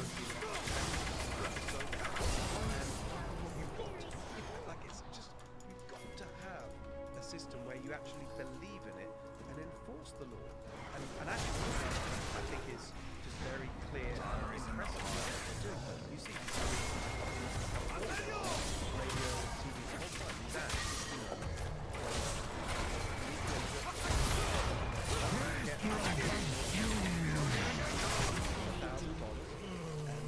that, you can come back in the right way, but if you don't and we remove you, you're never coming back to the US. I think it's a trick.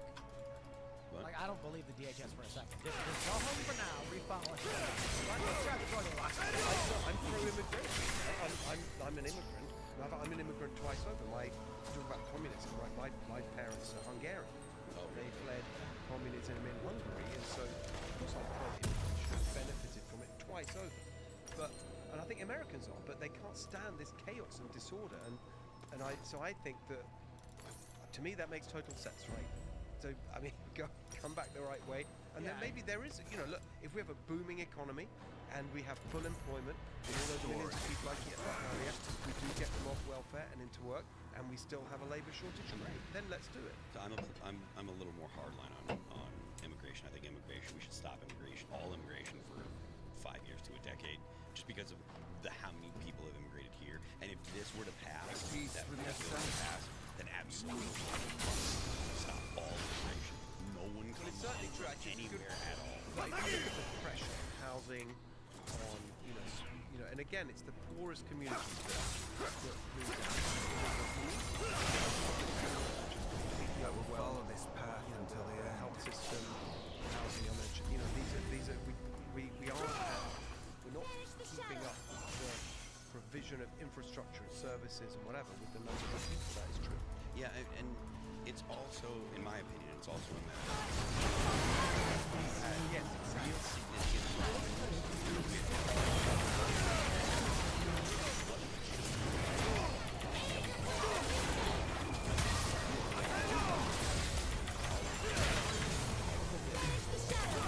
Oh my god, that was fucking horrible. The curriculum from schools of education, take all the Marxist garbage, That was get rid of all horrible. the colonial theory, get rid of transplanting, get rid of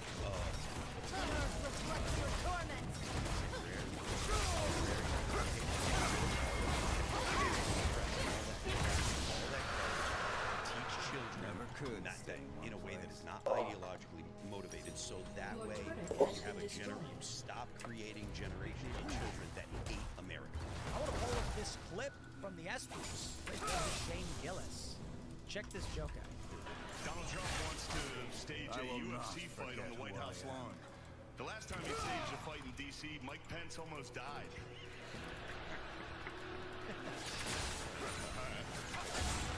You don't have to do that. It's fine. I didn't write it.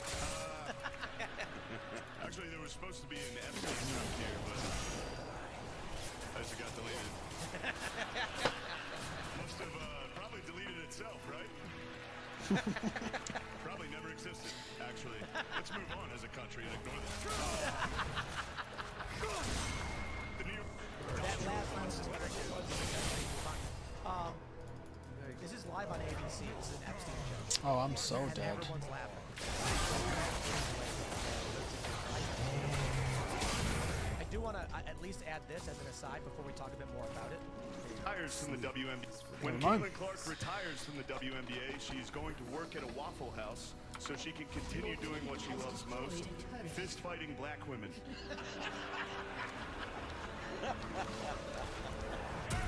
When Caitlin... Anyway, Shane Gillis is amazing. And to think they tried canceling him. They did cancel him. But, you know, here he is on ABC Live dropping this joke about Epstein. Maybe he deleted it himself. Maybe it never existed. As a country, we just move on, act like it never happened. There's no getting away from this. I don't know if it's be on the Trump side. Shout out to Shea Gillis. I mean, every time one of these controversies come up, I remember like the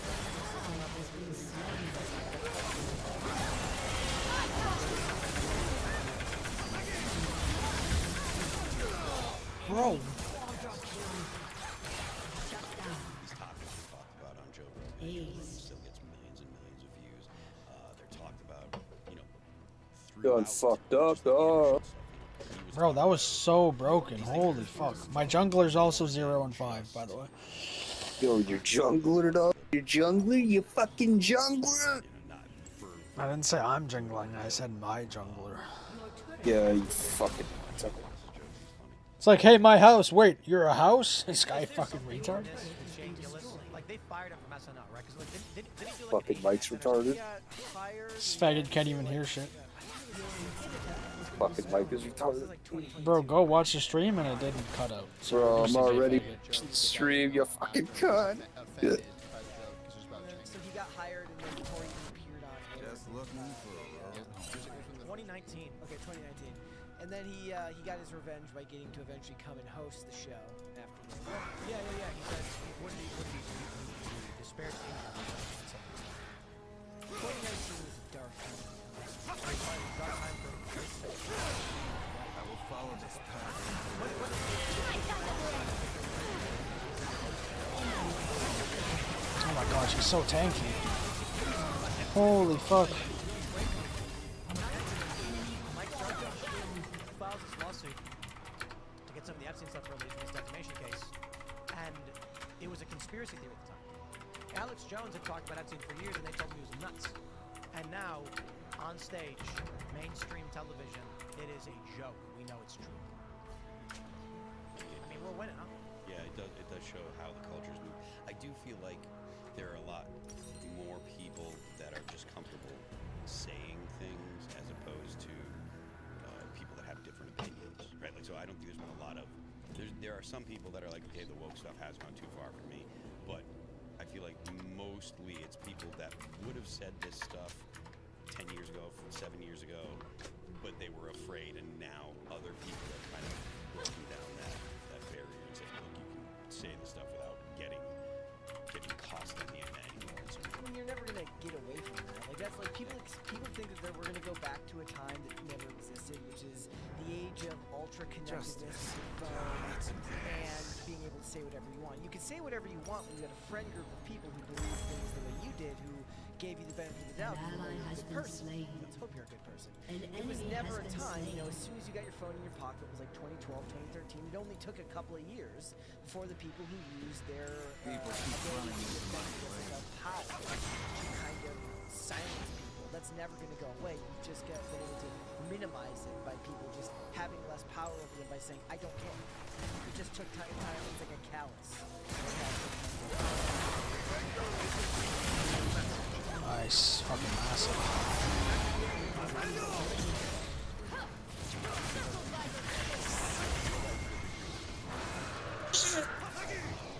or turbocharged it, but I think that part of the reason why it got so intense in the first place was because Trump got elected and the left is just like, oh my goodness. I just disagree. I think when I was covering Trump's campaign, Oh, God, they're attacking the the reason why Trump base. was because he was fighting Road to political ruin friends. is short of anything. The concern was wokeness and cancel culture had already gotten to a point, and I think Trump is an avatar of a lot of the outrage from people, those who were sick of political correctness, those who were sick of the establishment elites gutting their livelihoods and things like that. And Trump represented a lot of what Bernie did in this populist outrage, but at least he had some strength behind what he was up It's interesting to, I mean, I always think we forget that in that first Republican debate, completely crushed it. There's that first question from Megyn Kelly My honor about left a how long time. women never remember the situation that Donald. Right, but then actually the rest of his answer An enemy has been slain. specifically talks about political correctness and how it's gone too far, and it means that we're not telling the truth about things. Mine's the easy I want part. to change that. It's like a really good answer on why political correctness. Indeed. We've come a long way, though. Shane Gillis not only is back, he's like the biggest. It's crazy. He's like the guy. Oh no. Oh, but he tried. Tried. Surely back.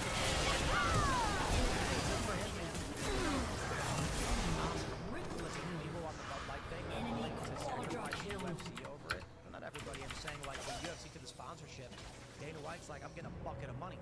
And I'm like, is this what we want them to do? To beg for and dump hundreds of millions of dollars for things we like? Dude, UFC fighters are about to face like money. So I was happy to see it. Shane Gillis, the canceled comedian, doing Bud Light commercials. I'm never going to drink that this water, you know. But good, take the money. Tell them that you want to, stop purchasing your product or whatever. Has been destroyed. Has been destroyed. Indeed. They've never I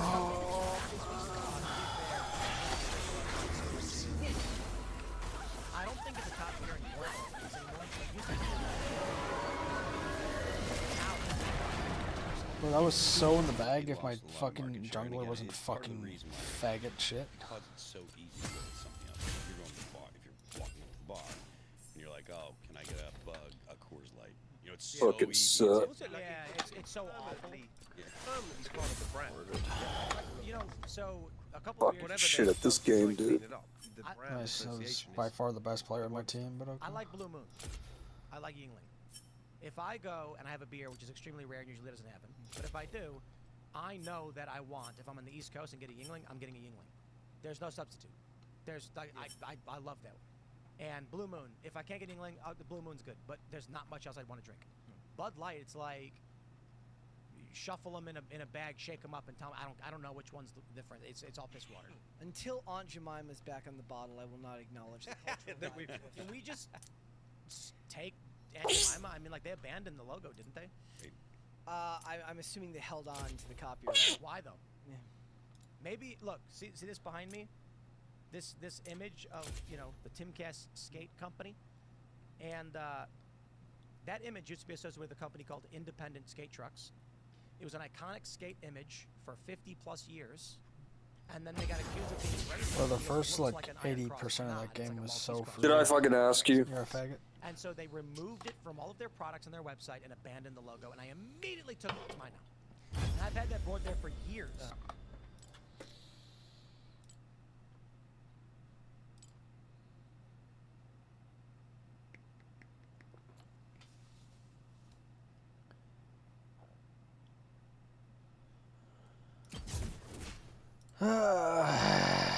Tea bags.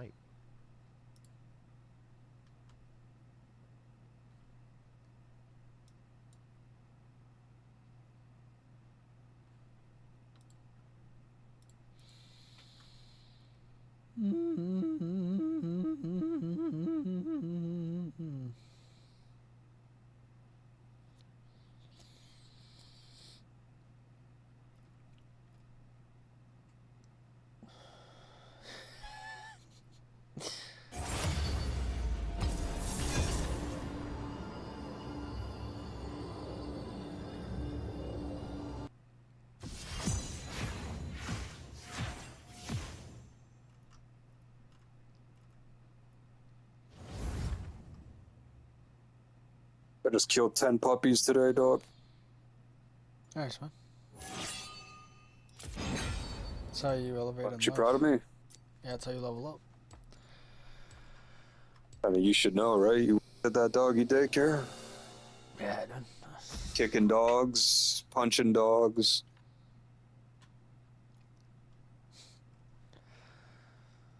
All because you couldn't contain yourself, dog. Nice, dude. Not because they're humping each other and shit. For sure.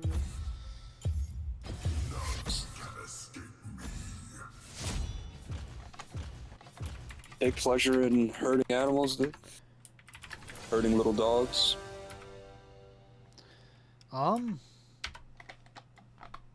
They'd usually be Nice. big if I actually kicked them. Huh? They'd usually be big dogs if I actually kicked them. Because if you kick a small dog, they can like start to roll in the air and then land really bad. Nice, dude. Safety's everything, right?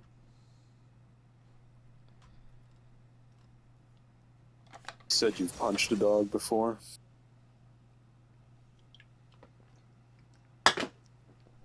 I don't know if I have actually.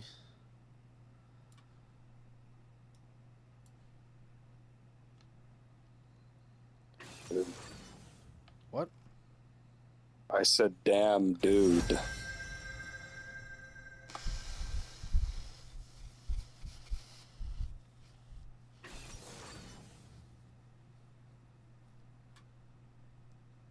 Go dog, play as McFaggot.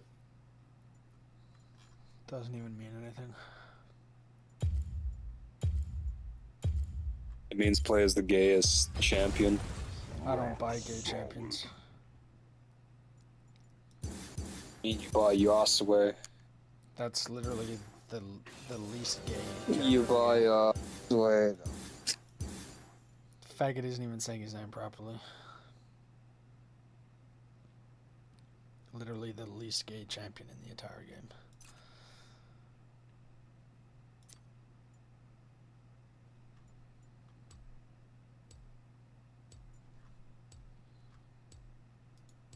Ugh.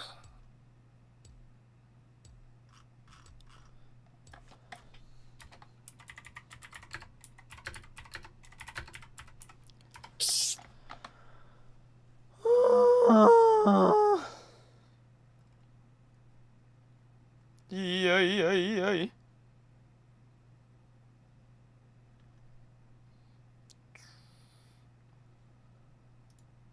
Fucking faggot says Yasue, like, what a fucking gay faggot.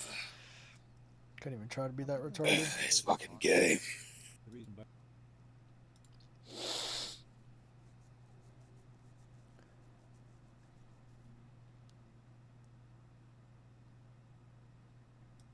Damn dog, thunderstorms possible in the next hour. Threatening to resign, taking a day off. Severe thunderstorm warning. Resigning because There's a thunderstorm. Pam Bondi. Wasn't severe. We saw Makes no conflicting sense. reports of Cash Patel considering to resign. Now you got some stooges in his voice. Apparently every thunderstorm is Attempting to severe. clarify that and say Cash is not going anywhere. We've seen Fox News report today that Bondi and Cash Patel have no plans to resign. Have you or go seen that anywhere. video of people recording ball lightning? A ball of lightning? Yeah. No. Oh, it looks fucking crazy, man.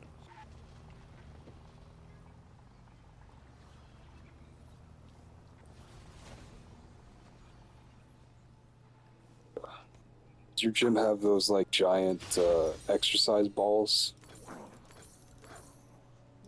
Yeah, I don't really know which ones because I don't use them, but yeah, they do.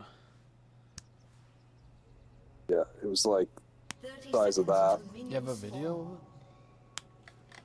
Just go on YouTube and look it up. What, lightning pretty ball recent. or electricity ball or? Yeah, just type in lightning ball footage or whatever. Or should be pretty recent, like this month. It's pretty far away though, but it's like easily like the most clear video Minions has spawned. of it. Alberta? Rare and mysterious thunderstorm Yeah. phenomenon occurred in Richmond. Over 10,000 reports. Is that a live video or it's a picture? No, it's like a live video. She's recording it. That's fucking insane. And I'll what watch I it will after, tell you but is that's this is crazy. such a horrible and terrible, aside from an obvious cover, but simply just the leadership of Donald Trump. This is so bad, dude. Okay, this is so bad. You have the DOJ and the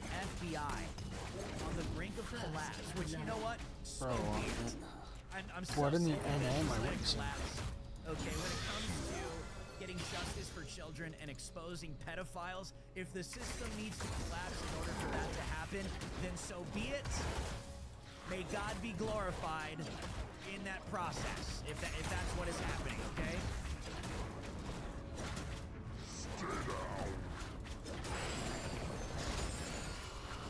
But man, this is such a horrible reflection on the president for so many reasons. You got the DOJ and the FBI on the brink of collapse. And obviously the president is with Melania Trump today. He toured the devastation in Caryville, Texas. Multiple dead, including children, which matters, okay, which absolutely matters. And you know what else matters? We touched on this a little bit last night. Okay.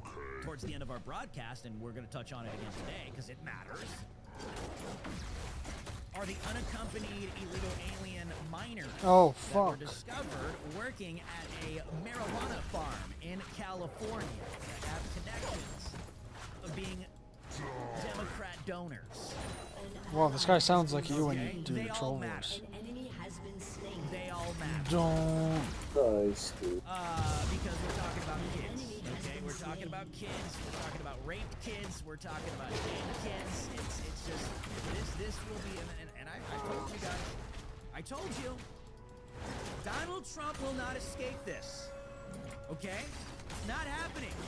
I don't care how much you love Trump. I don't care how much you want him to succeed.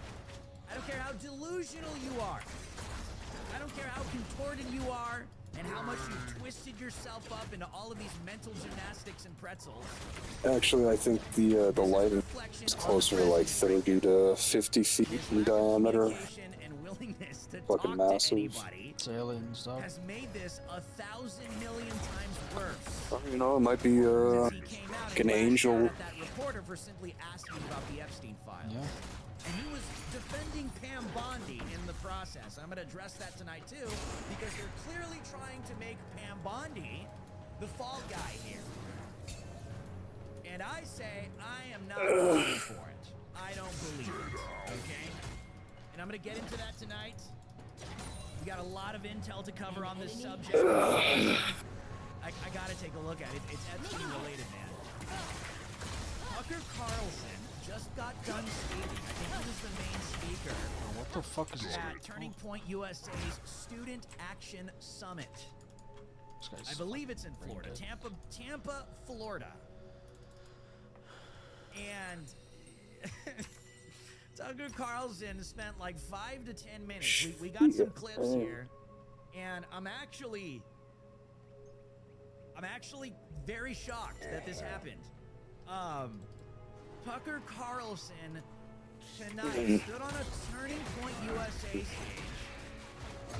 and declared that Jeffrey Epstein worked for Israel in connections with the Mossad. And what's so interesting, and we'll take a look at this clip right now. You know, I told you guys, you know, Con Inc. is a problem. Con Inc. is not truly America First. Con Inc. pushes nothing but propaganda. But the fact that Tucker Carlson, and listen, man, I'm skeptical of all people, but the fact that this just happened is just, I could only imagine. I remember years ago, it was at AmFest, I believe 2021. Yes. It was way before I decided to just completely disconnect and distance myself from Con Inc. 2021 when I was there. I think it was 2020. 2021 or 2022. It was one of the two. And I'll never forget it. I forgot her name, but there was someone that cursed on stage. And someone said a bad word on stage. I can't remember if it was an F-bomb or they used, you know, the S word. It just, whatever it was. Charlie Kirk was livid. So pissed. Can these fucking... Holy shit. Wow, dude. Can these mental patients fucking do anything? I can't remember if it was Marjorie Taylor Greene or it was somebody else. I can't remember who it was. Well, this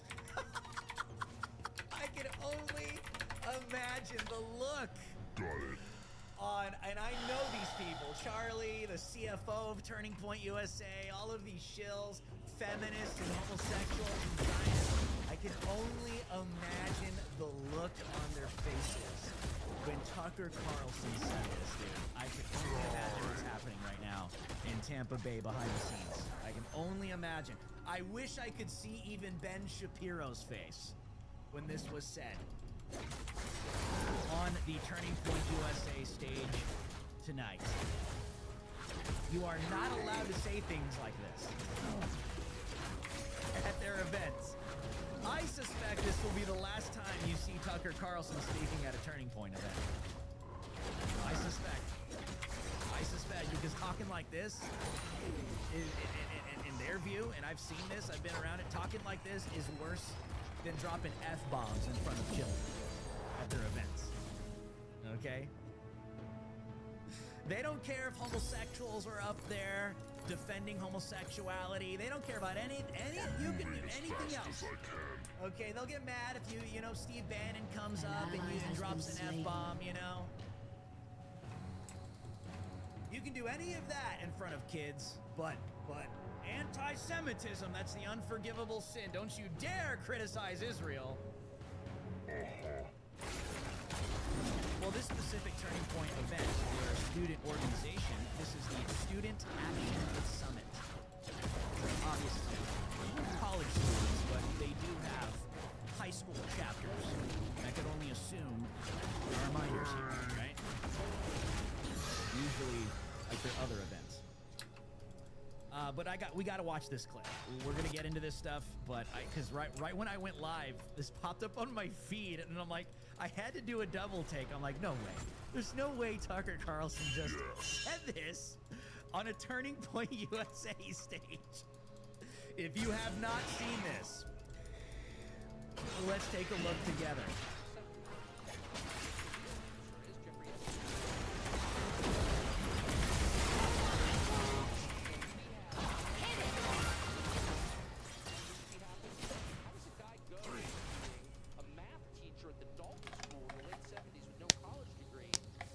This fucking supports AFK, dude.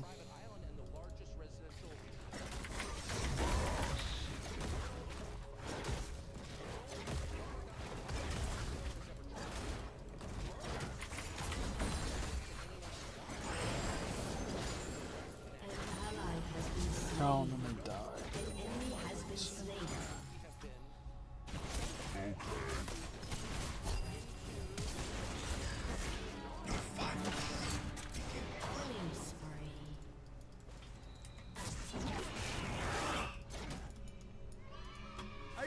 Are you hearing the crowd? Are you hearing the crowd? Oh man, Charlie Kirk cannot contain this any longer. It's so funny, dude. It's so good. You hear the crowd. You hear people in the crowd cheering when Tucker says this at a Turning Point event, bro. This is like the unforgivable sin. You can't talk like this at a Zionist church, okay? You can't talk like this at a Turning Point event. And people cheer after he says it. Oh no! Oy vey! Oy vey! We're all gonna be cursed by God now. Uh-oh! We're all gonna be cursed by God now. Here we go. Uh-oh! Oy vey! Imagine Ben Shapiro right now. Holy crap.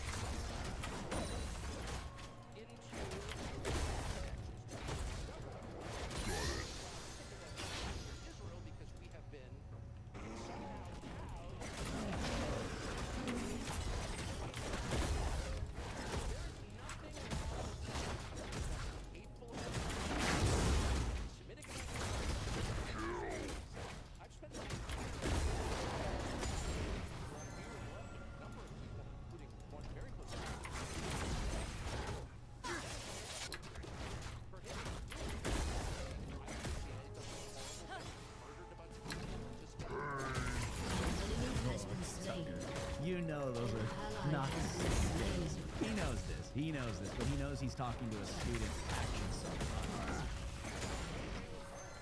You gotta really bring it down. Okay, you gotta really, like a cunning type of environment, you gotta really, you know what I mean? You don't just go straight to what really happened during World War II. You know what I mean? You gotta, you know, baby steps. Baby steps. Oh. That doesn't make me a disloyal American. It doesn't make me anti-American in any sense. An enemy has been slain. I love this country. Moving as fast as I can.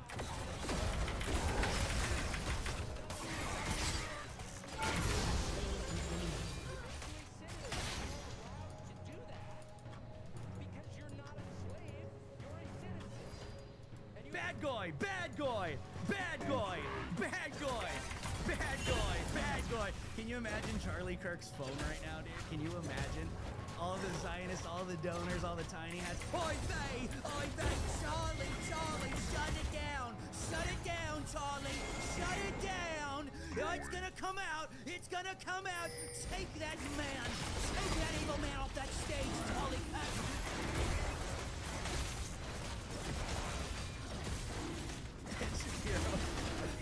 Ben Shapiro probably called Charlie Kirk and threatened to bomb the place, you know what I mean?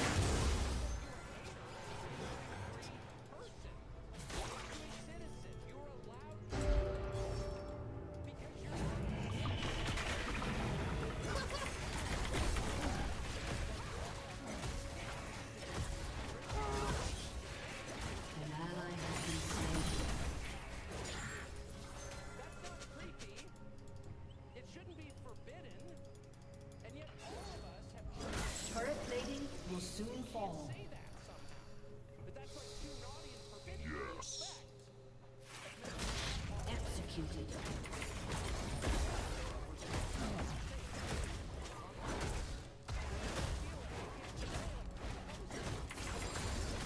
An ally has been slain. An enemy has been slain. Enemy double kill.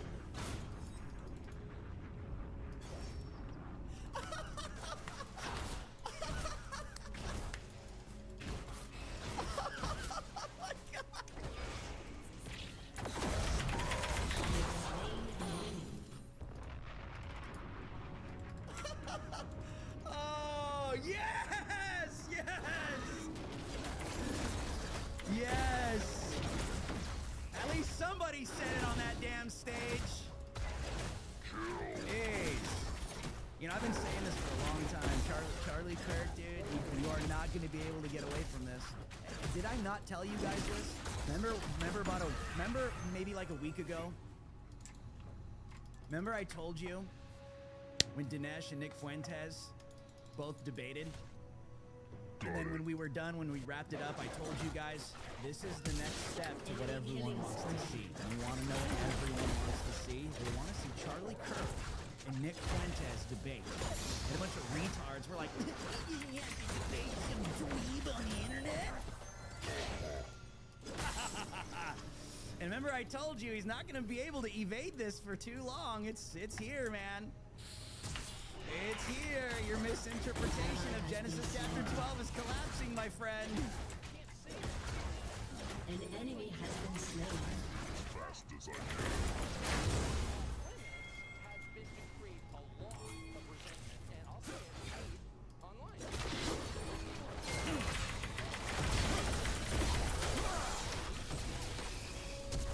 An ally has been slain.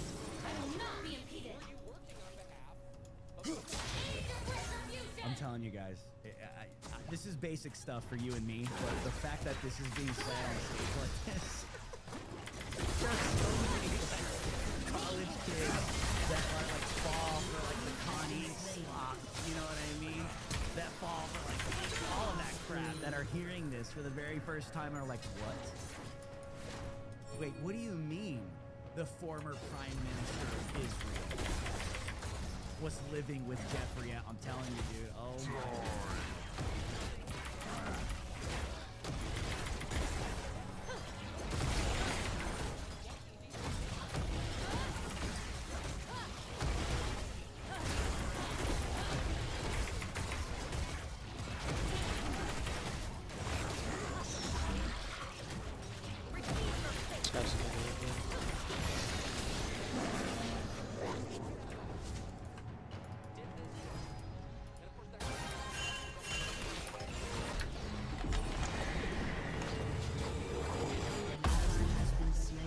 Nice.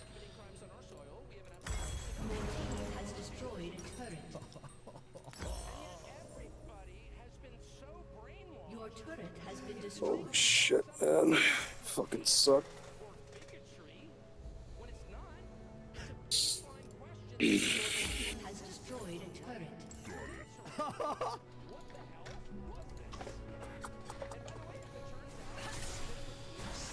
Oh my god, dude, wow. Oh, is that the full clip? Is there more? Wow. An ally has There's been gotta, I slain. think there's a little, it sounded like you have more. That's the one clip that yes. Oh my goodness. Absolutely. Incredible, dude. It's necessary. I told you guys. I told you. You're not. You can only evade this for so long, dude. You can only evade this for so long. Let's go! Absolute fucking unit. Of making that off limits has been to create a lot of resentment, and I'll say it, hate online. Where people feel like they can't just say, like, what the hell is this? You're the former Israeli Prime Minister living in your house. You have not only contact with the foreign government, were you working on behalf of the government? Are you running a blackmail operation on behalf of foreign government? By the way, every single person in Washington, D.C. hate Israel, but no one feels they can say that. Why? And I think the longer that we play along with it, the more subterranean and creepy and hateful the conversation actually becomes. So I think it's better just to say it right out loud. Did this happen? And of course that question has been asked to the government of Israel, and their answer is roughly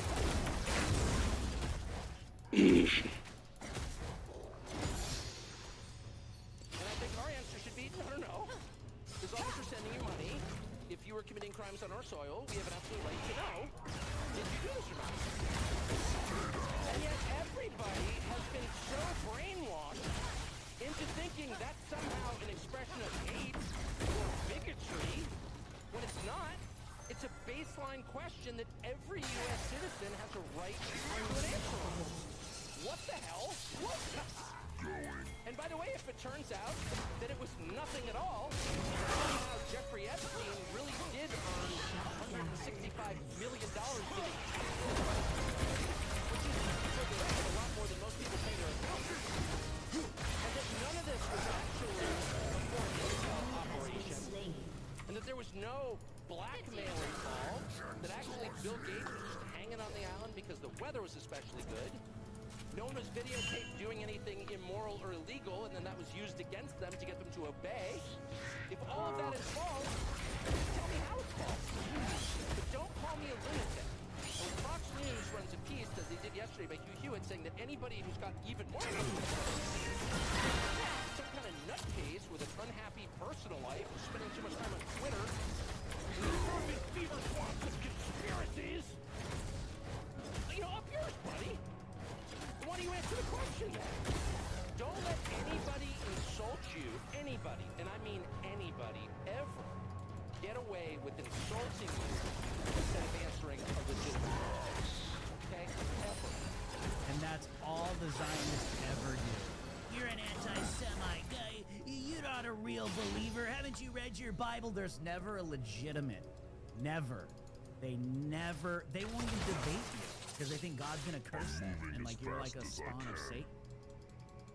Wow. And by the way, you will hear certain people say, well, you know, that means you hate the person. No, it doesn't. I've got a bunch of kids. I would never let them get away with that. If I caught one of my kids, you know, smoking weed in the room of my house, I was like, are you smoking weed in the bathroom? Shut up, racist. You hate me. No, you're my child. I don't hate you. Shut up, anti-Semite.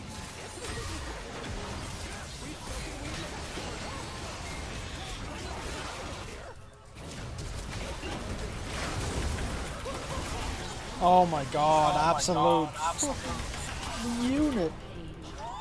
Oh my god. fucking insane. Listen, man, I know it's a lot of real basic stuff. Trust me, I get it. But the fact that this is happening on a Turning Point US, it's like, wow. I would pay to see footage of Charlie's face on that. I like when this was happening. I would pay to see that footage. Literally, I would literally pay to watch that. When it was happening. We had to cover that, man. We had to. That dropped and went viral right before I went live. Interesting. You're not gonna get away from it. That's why I keep telling you guys, you're not gonna get away. Remember I told you the other day, Charlie Kirk's out there. Oh, the Republicans are trying to get in Trump's ear about amnesty. We should care about that. Conservatives should care about Islam right now. Conservatives top issues immigration. Yeah, nice try, buddy. Nice freaking try.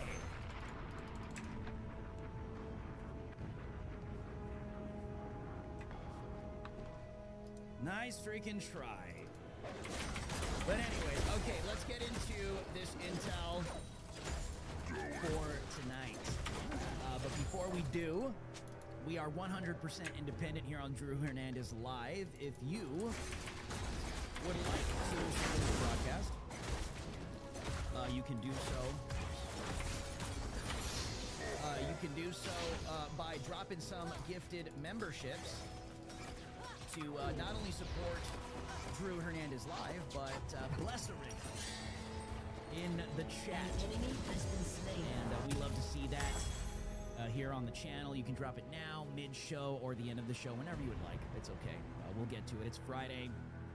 And we're going to try to do our full show. I do got a dinner tonight with the wife. So I might, you know, be out of here a little earlier than usual. It's Friday. I apologize. But we got to talk about this. Okay, we have to. This is huge. So yeah, like I said, or drop some Rumble rants as well. And like I said, we can get to them whenever they're dropped in throughout the show, like we do right now. I don't think so. 79 and Marston 1776 both have gifted one subscription. Congratulations to Crimson 1965 and T-Man 1202.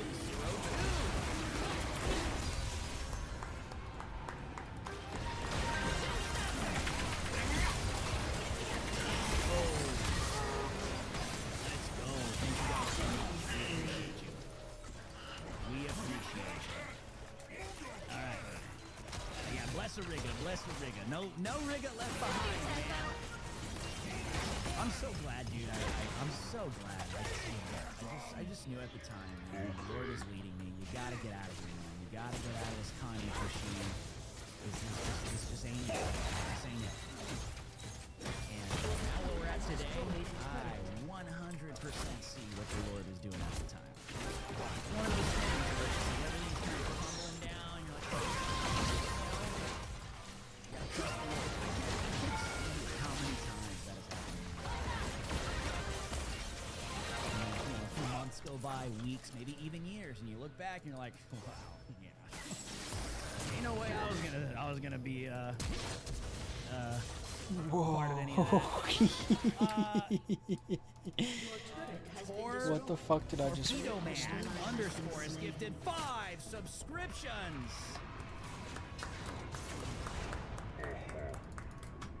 Congratulations to Salty Debbie, Harrison Smith, 3 Elm Street RP, and it will register the other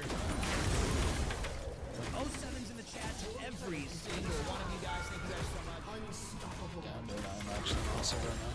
Literally every day. Has been slain. Your turret has been destroyed. Congrats. There it is. Fucking holy shit, I can't even move. WOJIKMA, congrats. Euro Stillness, congrats. All gifted memberships. Let's go. Alright. Let's get into this. I want to start with a report that Laura Loomer has just put out, and then we'll kind of go we'll work our way back. So I can give you guys some analysis on this. Was this just deleted?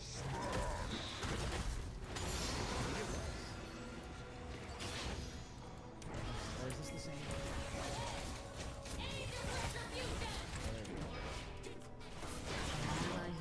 Yeah, Laura Loomer's not happy about Tucker. This guy's 2-7, dude. Attacking Israel and spewing his usual anti-Jewish rhetoric.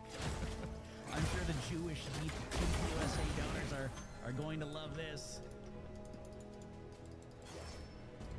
Enjoy, Charlie. Enjoy. So Loomer's been putting out these reports. I want to analyze them. Oh my fucking god, dude. Unfolded today. So this is the most recent report, and these definitely have originated from Laura Loomer. She's been taking credit all day today. And you've seen Axios put this out, CNN, Jungle NBC, diff, bro. Jungle diff. and she's been taking credit for it all day. So I wanted to analyze it.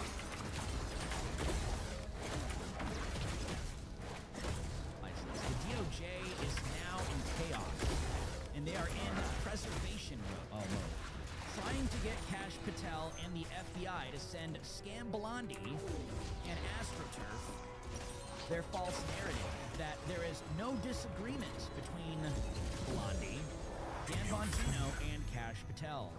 The DOJ is trying to get Kash to say things he doesn't want to say to make Blondie look good, according to a source at the DOJ privy to the discussions. Even Blondie's own team is starting to feel very uncomfortable with her asks to get Kash and Bongino to say things they don't want to say in her defense. In light of my exclusive report today about Bongino taking the day off and contemplating resigning from the FBI over Blondie's mishandling of the Epstein files and her lack of transparency. The source says, quote, she has a horrible temper and she's losing. Source says Blondie is now also threatening to hold up other investigations. Women. Source says Blondie is now also threatening to hold up other investigations and releases unless Kash and Bongino defend her. Yes. Here's the Butler report. 1 year anniversary is Sunday, but they've been BSing us on that. They've been BSing us on that too. Bongino, the FBI, Crooks worked alone. Okay, Bongino, Dude, that is so fucking busted. Holy shit. Jeffrey Epstein actually commits suicide and killed himself. We got that report today too. That researchers took a look at the metadata of the 11-hour video, and wouldn't you know, it appears to be manipulated. I told you guys we would not be able to trust that type of intel coming out. I'm gonna give you my opinion on that. We'll get there. Dude, this is... We'll get there. Dude, how is this even allowed? And so this report originated, just like Laura Loomer said, from herself. She started with The Scoop this morning, reporting that Dan Bongino is now seriously thinking about resigning from the FBI as deputy director over Pam Blondie's mishandling of the Jeffrey Epstein file release and the lack of transparency at the DOJ. As I exclusively reported earlier today, Bongino took the day off from work to evaluate whether or not he wants to continue his position with the FBI, following the Sunday night release of a memo from the DOJ that claims no more information about Jeffrey Epstein will be released.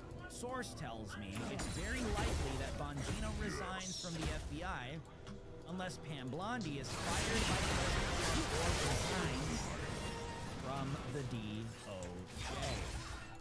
And here is the original original report that Laura Loomer published on X at 7:09 a.m.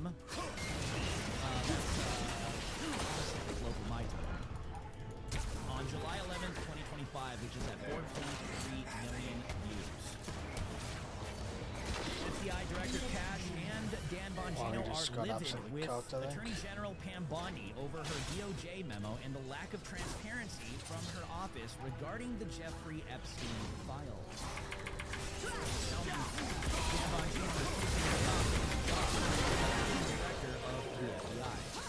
There's now speculation on whether or not he will return to his job at the FBI over his disgust with Blondie's lack of transparency and handling of the Epstein files. Pam Bondi has brought total embarrassment to President Trump, J.D. Vance, Dan Bongino, and Kash Patel. She has also lied to the American people. I'm told Kash and Bongino are furious with Blondie and the blowback she has caused them with her lack of transparency. Now, I'm gonna pick this apart right now, because... you know, Kash Patel and Dan Bongino should call for Blondie's public resignation today to save themselves and to also push for full transparency into the Epstein files. This is an issue the American people care deeply about. Someone needs to be fired for this. Giving Blondie courtesy to resign is more than she deserves. Trump should just fire her. Now, I take issues with what's being stated here.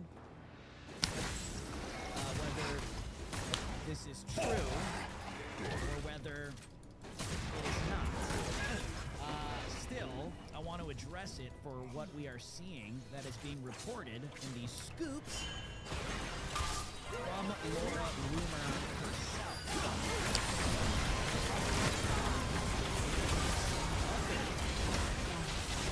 Reports as well. We've seen reports from NBC, Axios, and CNN that the outrage between the three has even been allegedly, reportedly, even heated discussions. Heated discussions. That's the reporting that we have been seeing when it comes to this this big beef between Patel, Bongino versus Blondie. And I'll get into what I think this is. I think this is just massive damage control, and I think they're trying to make Pam Bondi as the fall guy. Am I defending Pam Bondi? No. I think they all need to be investigated, even Trump. Who would do that? Don't ask me. I think we're just cooked at this point, you know? But that's what I think needs to happen. Because this entire administration has clearly created the opposite of trust. Clearly created the opposite of trust. So I just want to go through a couple of these reports, and then we'll get into the analysis. So, we've seen updates, okay? This is a report from Gateway Pundit reporting on an update, an alleged update from John Solomon, okay, on Real America's Voice. This went out of nowhere, like about an hour ago. Update, Kash Patel is not resigning, will stay unless president says otherwise. And we saw this report on Fox News earlier. After Laura Loomer put out her report stating that there's a civil war going on between them. Fox News came out immediately and reported something similar to what Real America's Voice is reporting. And what Fox reported was that Patel, okay, and Bondi aren't going anywhere. They have no plans to resign. They have no intentions to resign. And it's been conflicting all day, okay? So this report has been going out as well. FBI Director Patel and Attorney General Pam Bondi have, quote, every intention to have so this was reported by Fox. I'm just showing you guys what's been going on today, and I'm going to give you my thoughts on this. So this flows in line with what we heard from Real America's Voice. Like I said, we've heard this CNN, Daily Wire, NBC. It's Laura Loomer, right? Laura Loomer's claiming the whole thing today. She's claiming this report entirely today. All right? Got it. So it leads us to this. However, investigative journalist John Solomon of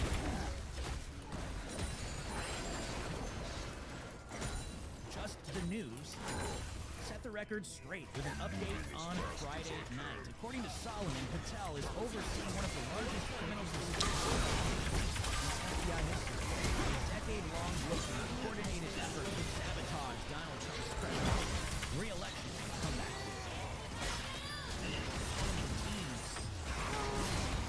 Within the next 10 years, bombshell revelations would be made public, possibly exposing how weaponized federal agencies colluded to rig the political landscape against Trump and deceive the American people. Sounds like damage control, doesn't it? Clearly the base wants the Epstein files right now. But we've got this damage control coming from Real America's Voice. Saying Patel's not going anywhere. We're looking into this rogue federal government and what they've been involved in. Yes, that's important. I'm not going to sit here and say that is not important.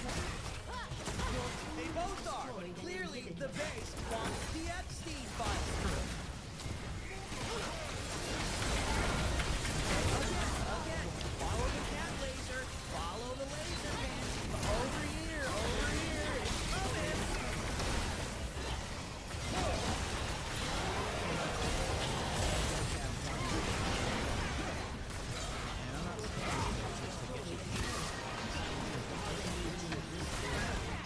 Holy fuck, dude. Jungle Death. Holy fucking shit, bro.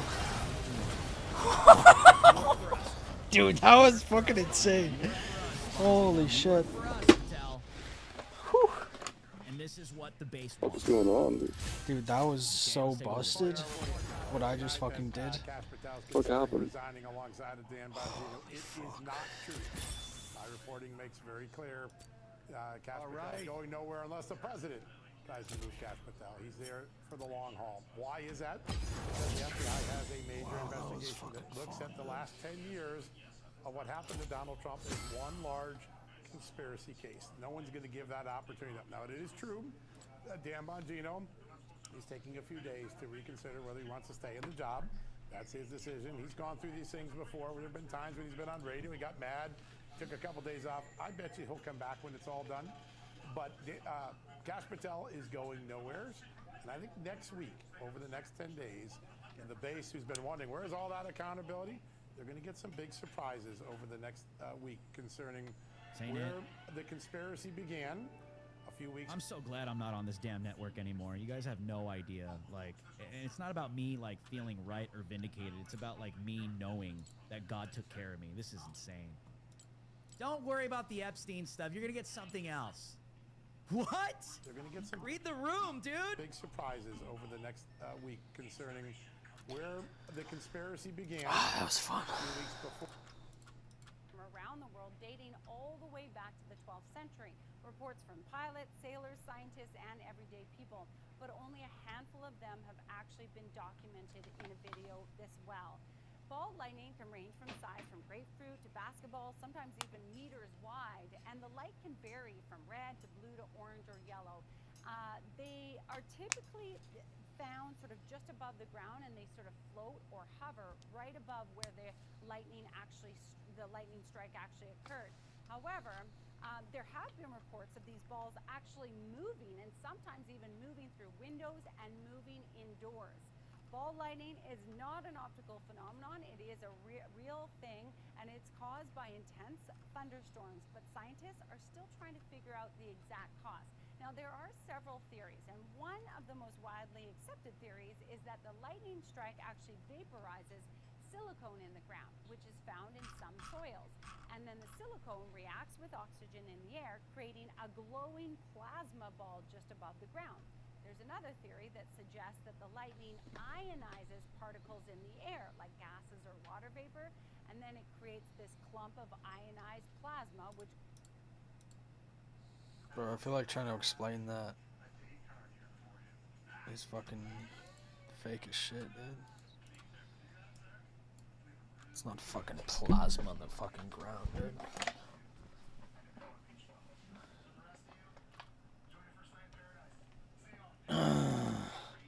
Your dog, you still there?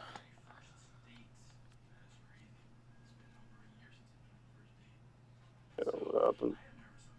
No, I just wondering.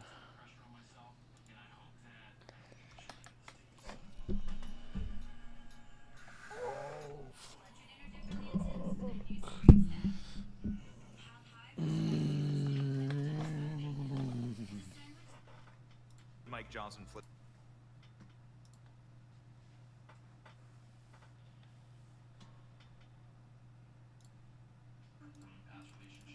Before Crossfire Hurricane was open, and when it...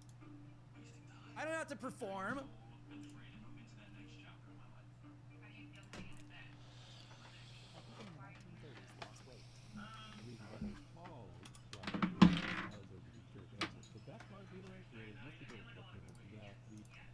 For anyone with dental issues, do not drink water. Did you know there's a simple way to clean your teeth and gums?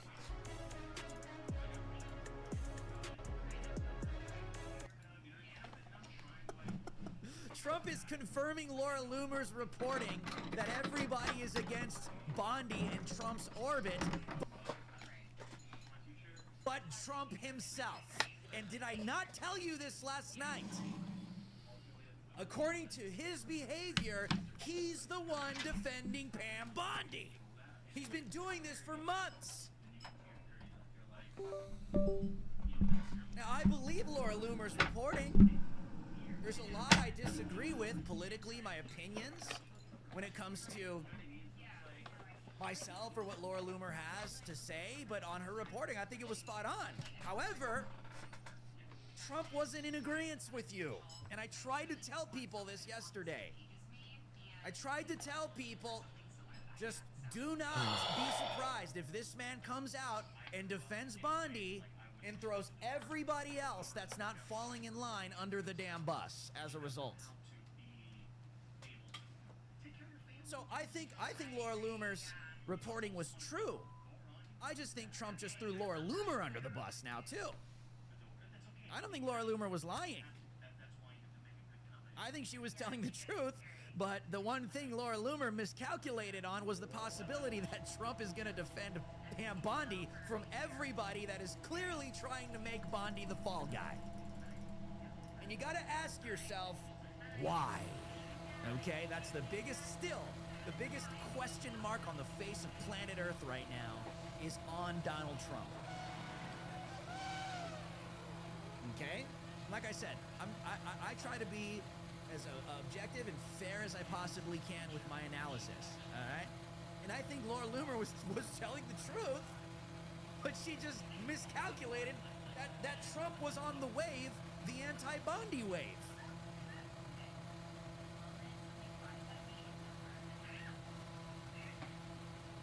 And Matt Gaetz, there have been reports that Matt Gaetz is going to the White House. He's come out and denied those reports himself. It's just a lot of people cope. It's a lot of cope. People are in denial. People are disillusioned.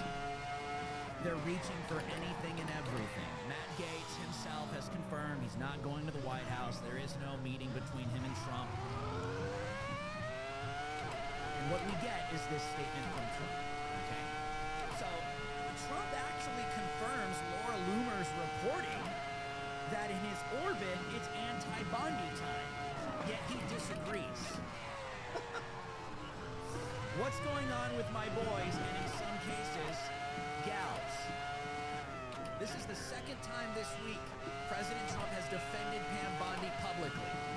All right? And this is why I try telling people in MAGA, in their cult mindset, all right? You can't just always blame everybody around him, all right?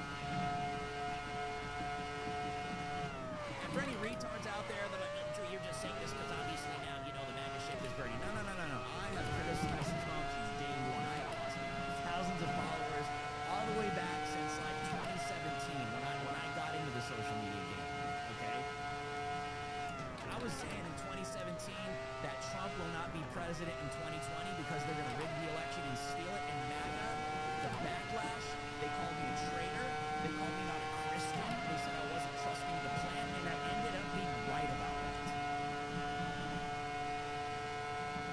What's the lesson? Do I know everything? No. What's the lesson? Do I want to be right about everything? No. The lesson is it's okay to criticize Trump or have an analysis about something that has to do with Trump where he doesn't always win everything. So, back to the statement. I'll get to that a little further down. Alright? Listen, I was the guy saying in 2024, if Trump does a full 180 on the issue of abortion, you remember that night? I said, I'm done. That's it. I'm done. And people got all mad at me. They were pissed. They're like, you're not MAGA. And then within 24 hours, Trump literally backed off of the clear, push for him to soften on the issue of abortion and become more lenient. Remember that?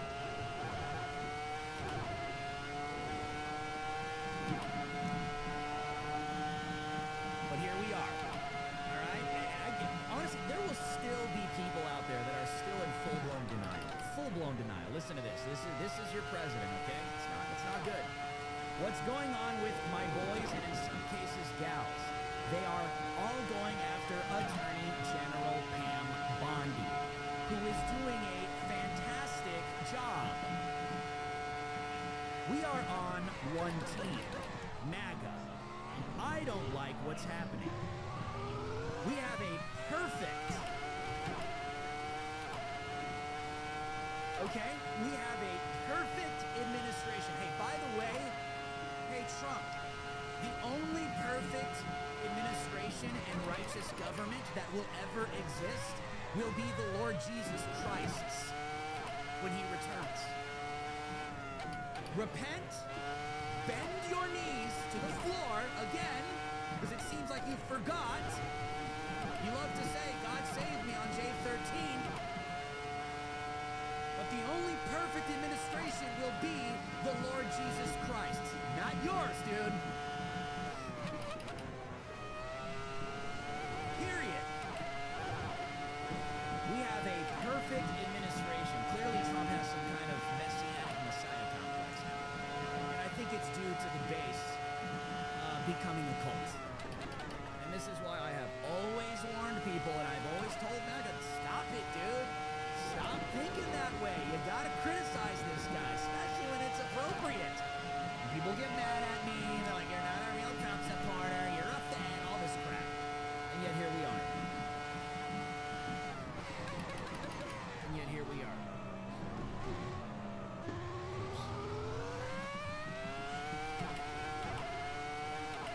We have a perfect administration, the talk of the world. And quote, okay, air quotes, quotations. Tom wants to emphasize this. And selfish people are trying to hurt it. Is he talking about Bongino? Because Kash Patel fell in line this morning, by the way. He said the conspiracies, he literally used the term, the conspiracy theories are not true. I'm not going anywhere. I will continue to serve under Donald Trump. And then quite literally simultaneously, Bondi puts out the announcement that she's dropping the charges on the doctor that she was literally prosecuting as an act of damage control.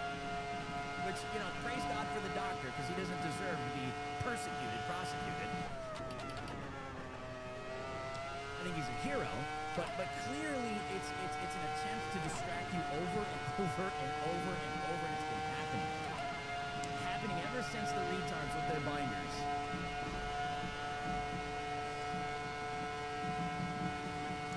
The talk of the world and selfish people, it could be Dan Bongino, it could be you and me he's talking about here, right? Are trying to hurt it all over a guy who never dies, Jeffrey Epstein. For years, it's Epstein over and over again. Why are we giving publicity to files written by Obama, Crooked Hillary, Comey, Brennan, and the losers and criminals of the Biden administration who conned the world with the Russia hoax. 51 intelligence agencies, the laptop from hell, and more. What an insult. To me, I'll speak for myself. To my intelligence, sir. Hey, Trump. Hey, guy. I guess you're the retard, right? Because you're the one that was on the campaign trail, mouthing off, indicating that you're willing to not only look into these files,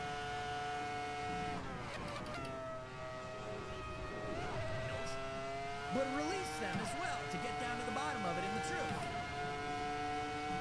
So what, now all of a sudden, the files are written by Obama and Hillary Clinton and James Comey and John Brennan? So now the Epstein files is a Democrat hoax, is what this is what Trump is saying now.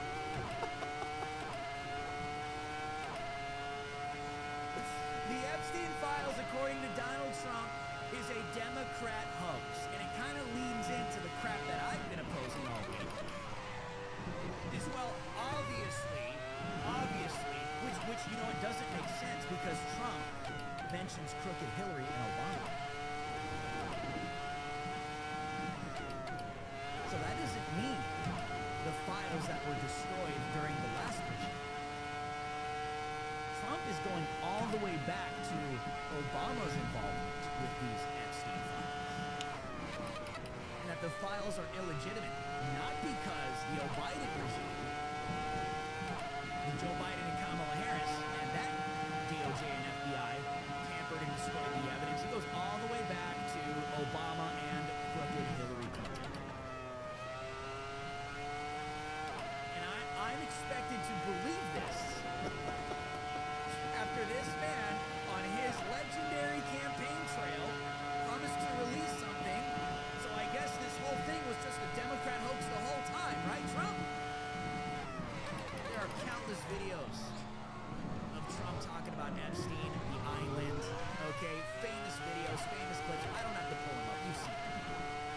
Of him talking about Epstein Island, the existence of all of this, and he knows that it's true and he knows that it's real. Way before even Obama's time.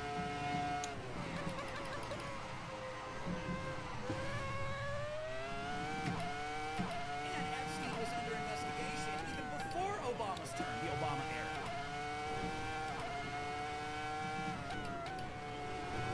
But apparently the Epstein files is some kind of Democrat hoax. Now, this is what Trump is giving us now. And you gotta be like in the cult, low IQ, or full-blown mentally retarded to believe this, okay? So now it's a Democrat hoax. He's comparing the Epstein files to the Russia hoax and the laptop from hell lie. And more. And more. They created the Epstein files. This is Trump. They created the Epstein files just like they created the fake Hillary Clinton Christopher Steele dossier that they used on me. And now my so-called friends are playing right into their hands.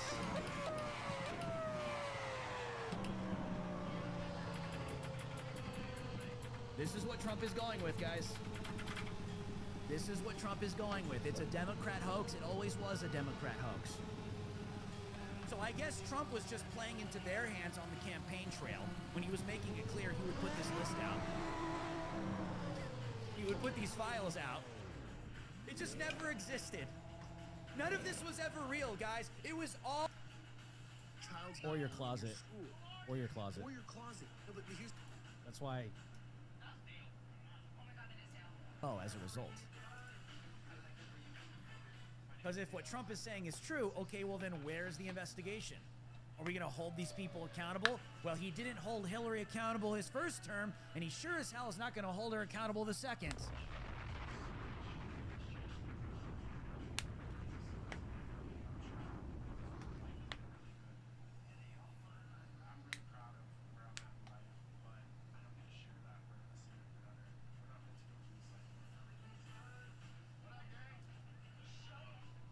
People are just in denial. I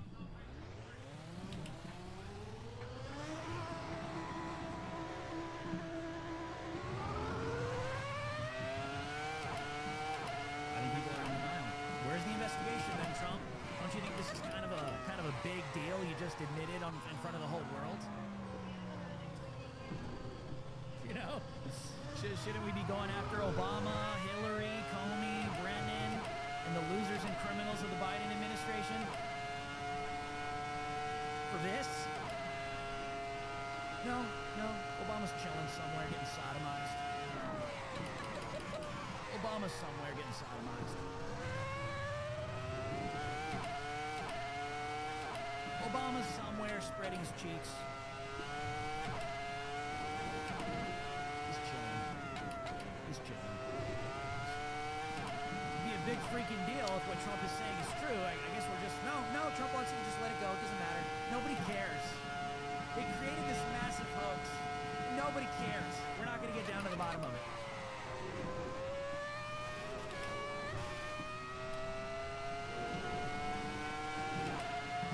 Oh, and by the way, so much for nobody is above the law. So much for that. Yeah, the meaning's the same when it comes to the last administration and now this one. No matter how way you want to interpret this, I don't believe Trump is telling the truth. But either way, I guess no one's gonna be held accountable.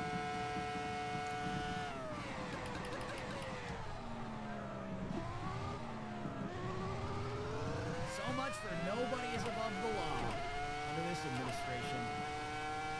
Pedophiles are let loose. But even if this hoax thing theory that Trump is trying to, and we're the conspiracy theorists, you know what I mean? It's like wild. I've never heard that one before. That is new.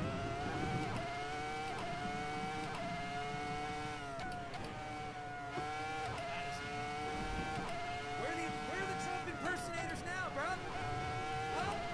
Where are they now? I don't see them impersonating this Truth Social post. Uh-oh. Looks like somebody's gonna have to figure out their career soon. That whole stick is collapsing fast.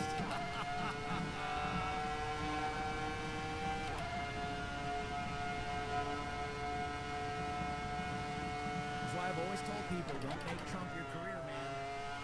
Don't make Trump your career. Someday, you're gonna have to remain here after the Trump era.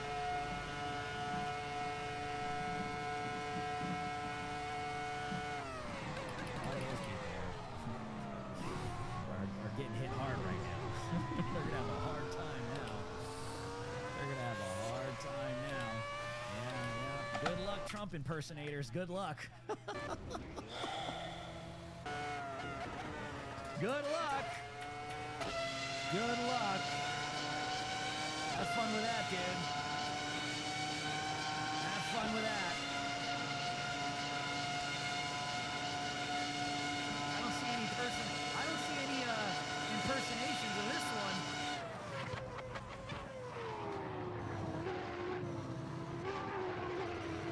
What the fuck was wrong with that? Yep. It's wild.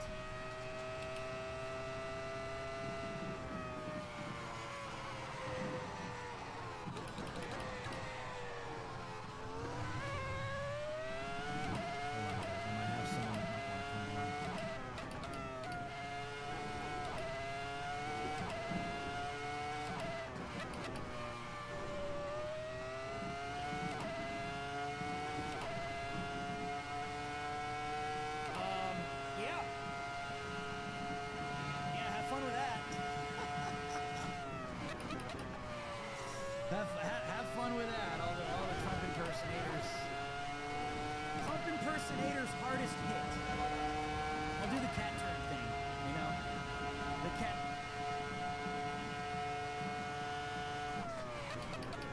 turn, you know, cat turn loves to do the Anakin's hardest hit. Trump impersonators' hardest hit.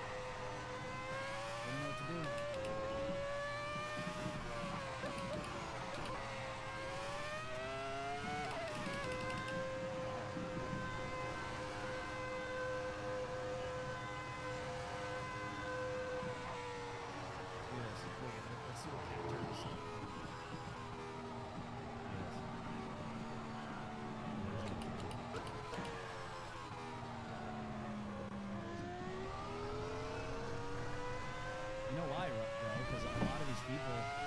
This guy unfollowed me too. Good.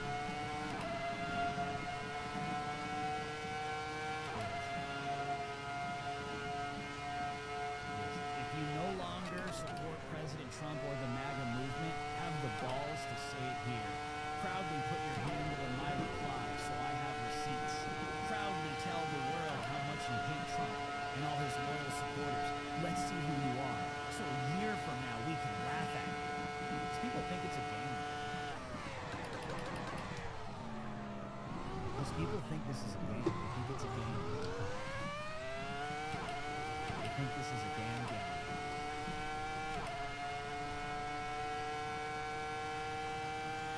Think it's a damn game.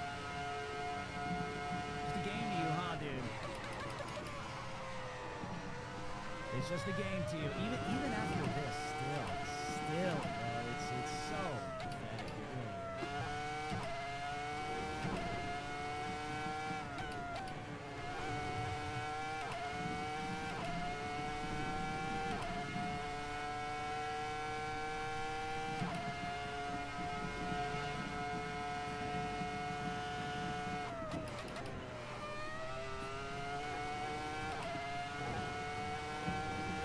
I don't want any affiliation with people like this.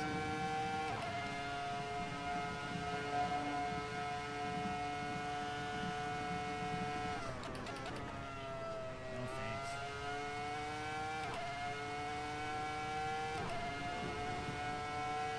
I think Trump is getting ratio on Truth Social.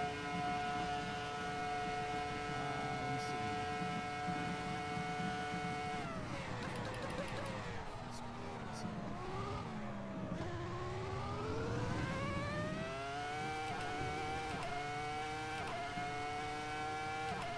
Yep, Trump is getting ratio, guys. It's not good, I'm telling you. Trump is getting ratio. There it is. 18.3 thousand comments versus 17.5 thousand likes. This is a ratio. This is gonna get worse. This is growing. It's gonna grow.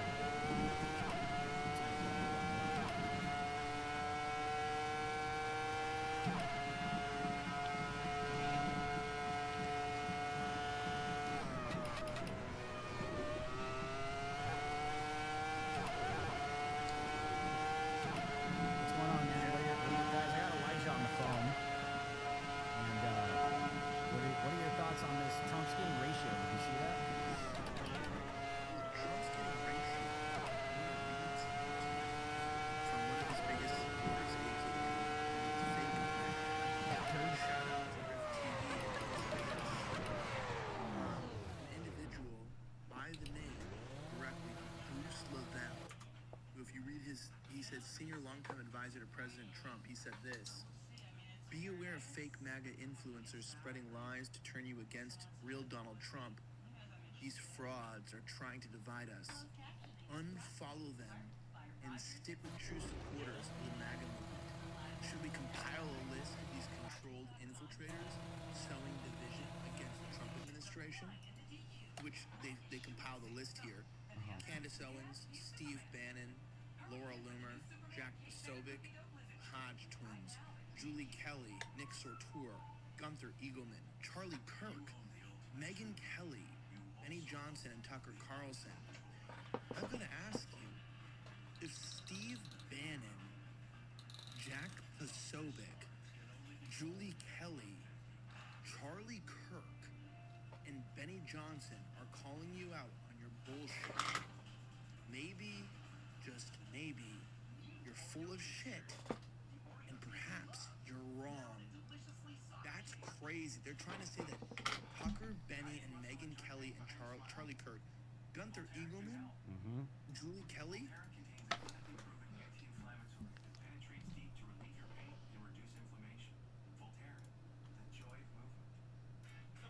I'll be back, Doug.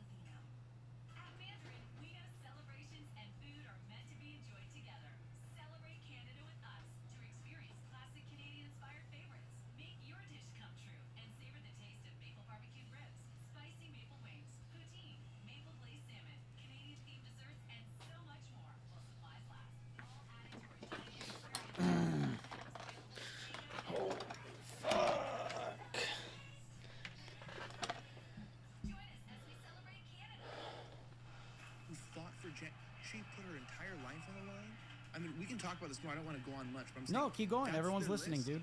Keep going. Well, look. That's the list, and there's some more down here too that they put on the list here. Can you tweet this to me? I'll put it on screen while you talk. Yeah. Let me send it to you right now. Let me send it to you here. It's crazy. So, obviously Candace Owens. Maybe someone could argue that she's not, MAGA or something. I mean, I'm not really, going to push that. I like her a lot. I don't think there's anything weird about that. But I also want to point out here specifically, Steve Bannon is not MAGA. Megyn Kelly, yeah, she was anti-Trump.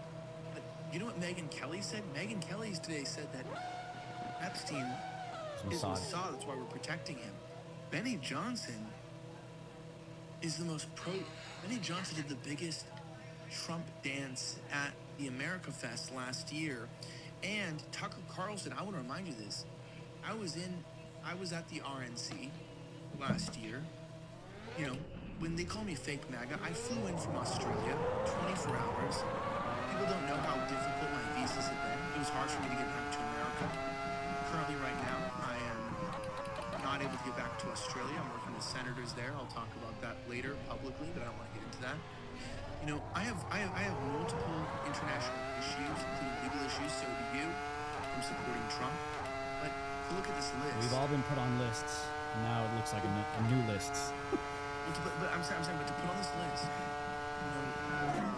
Jack Posobiec, Laura Loomer just unfollowed me on all social media because I was friends with some people that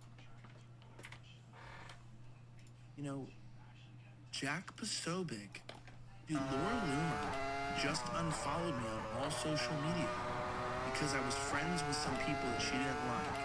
She has put her life on the line for Trump. She will unfollow people who are unloyal to Trump.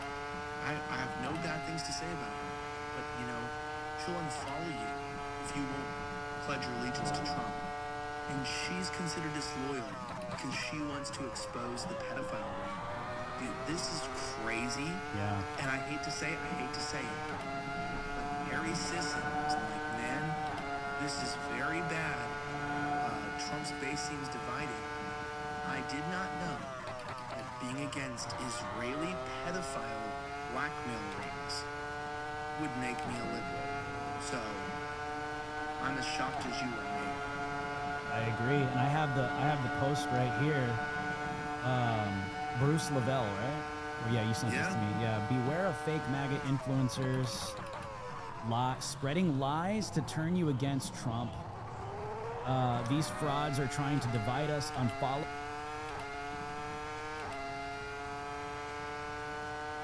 them and stick with true supporters who stand for the real MAGA movement, which is like a pedophile movement at this point. Should we compile a list of these controlled infiltrators sowing division against the Trump administration? You know what this makes me think of, bro?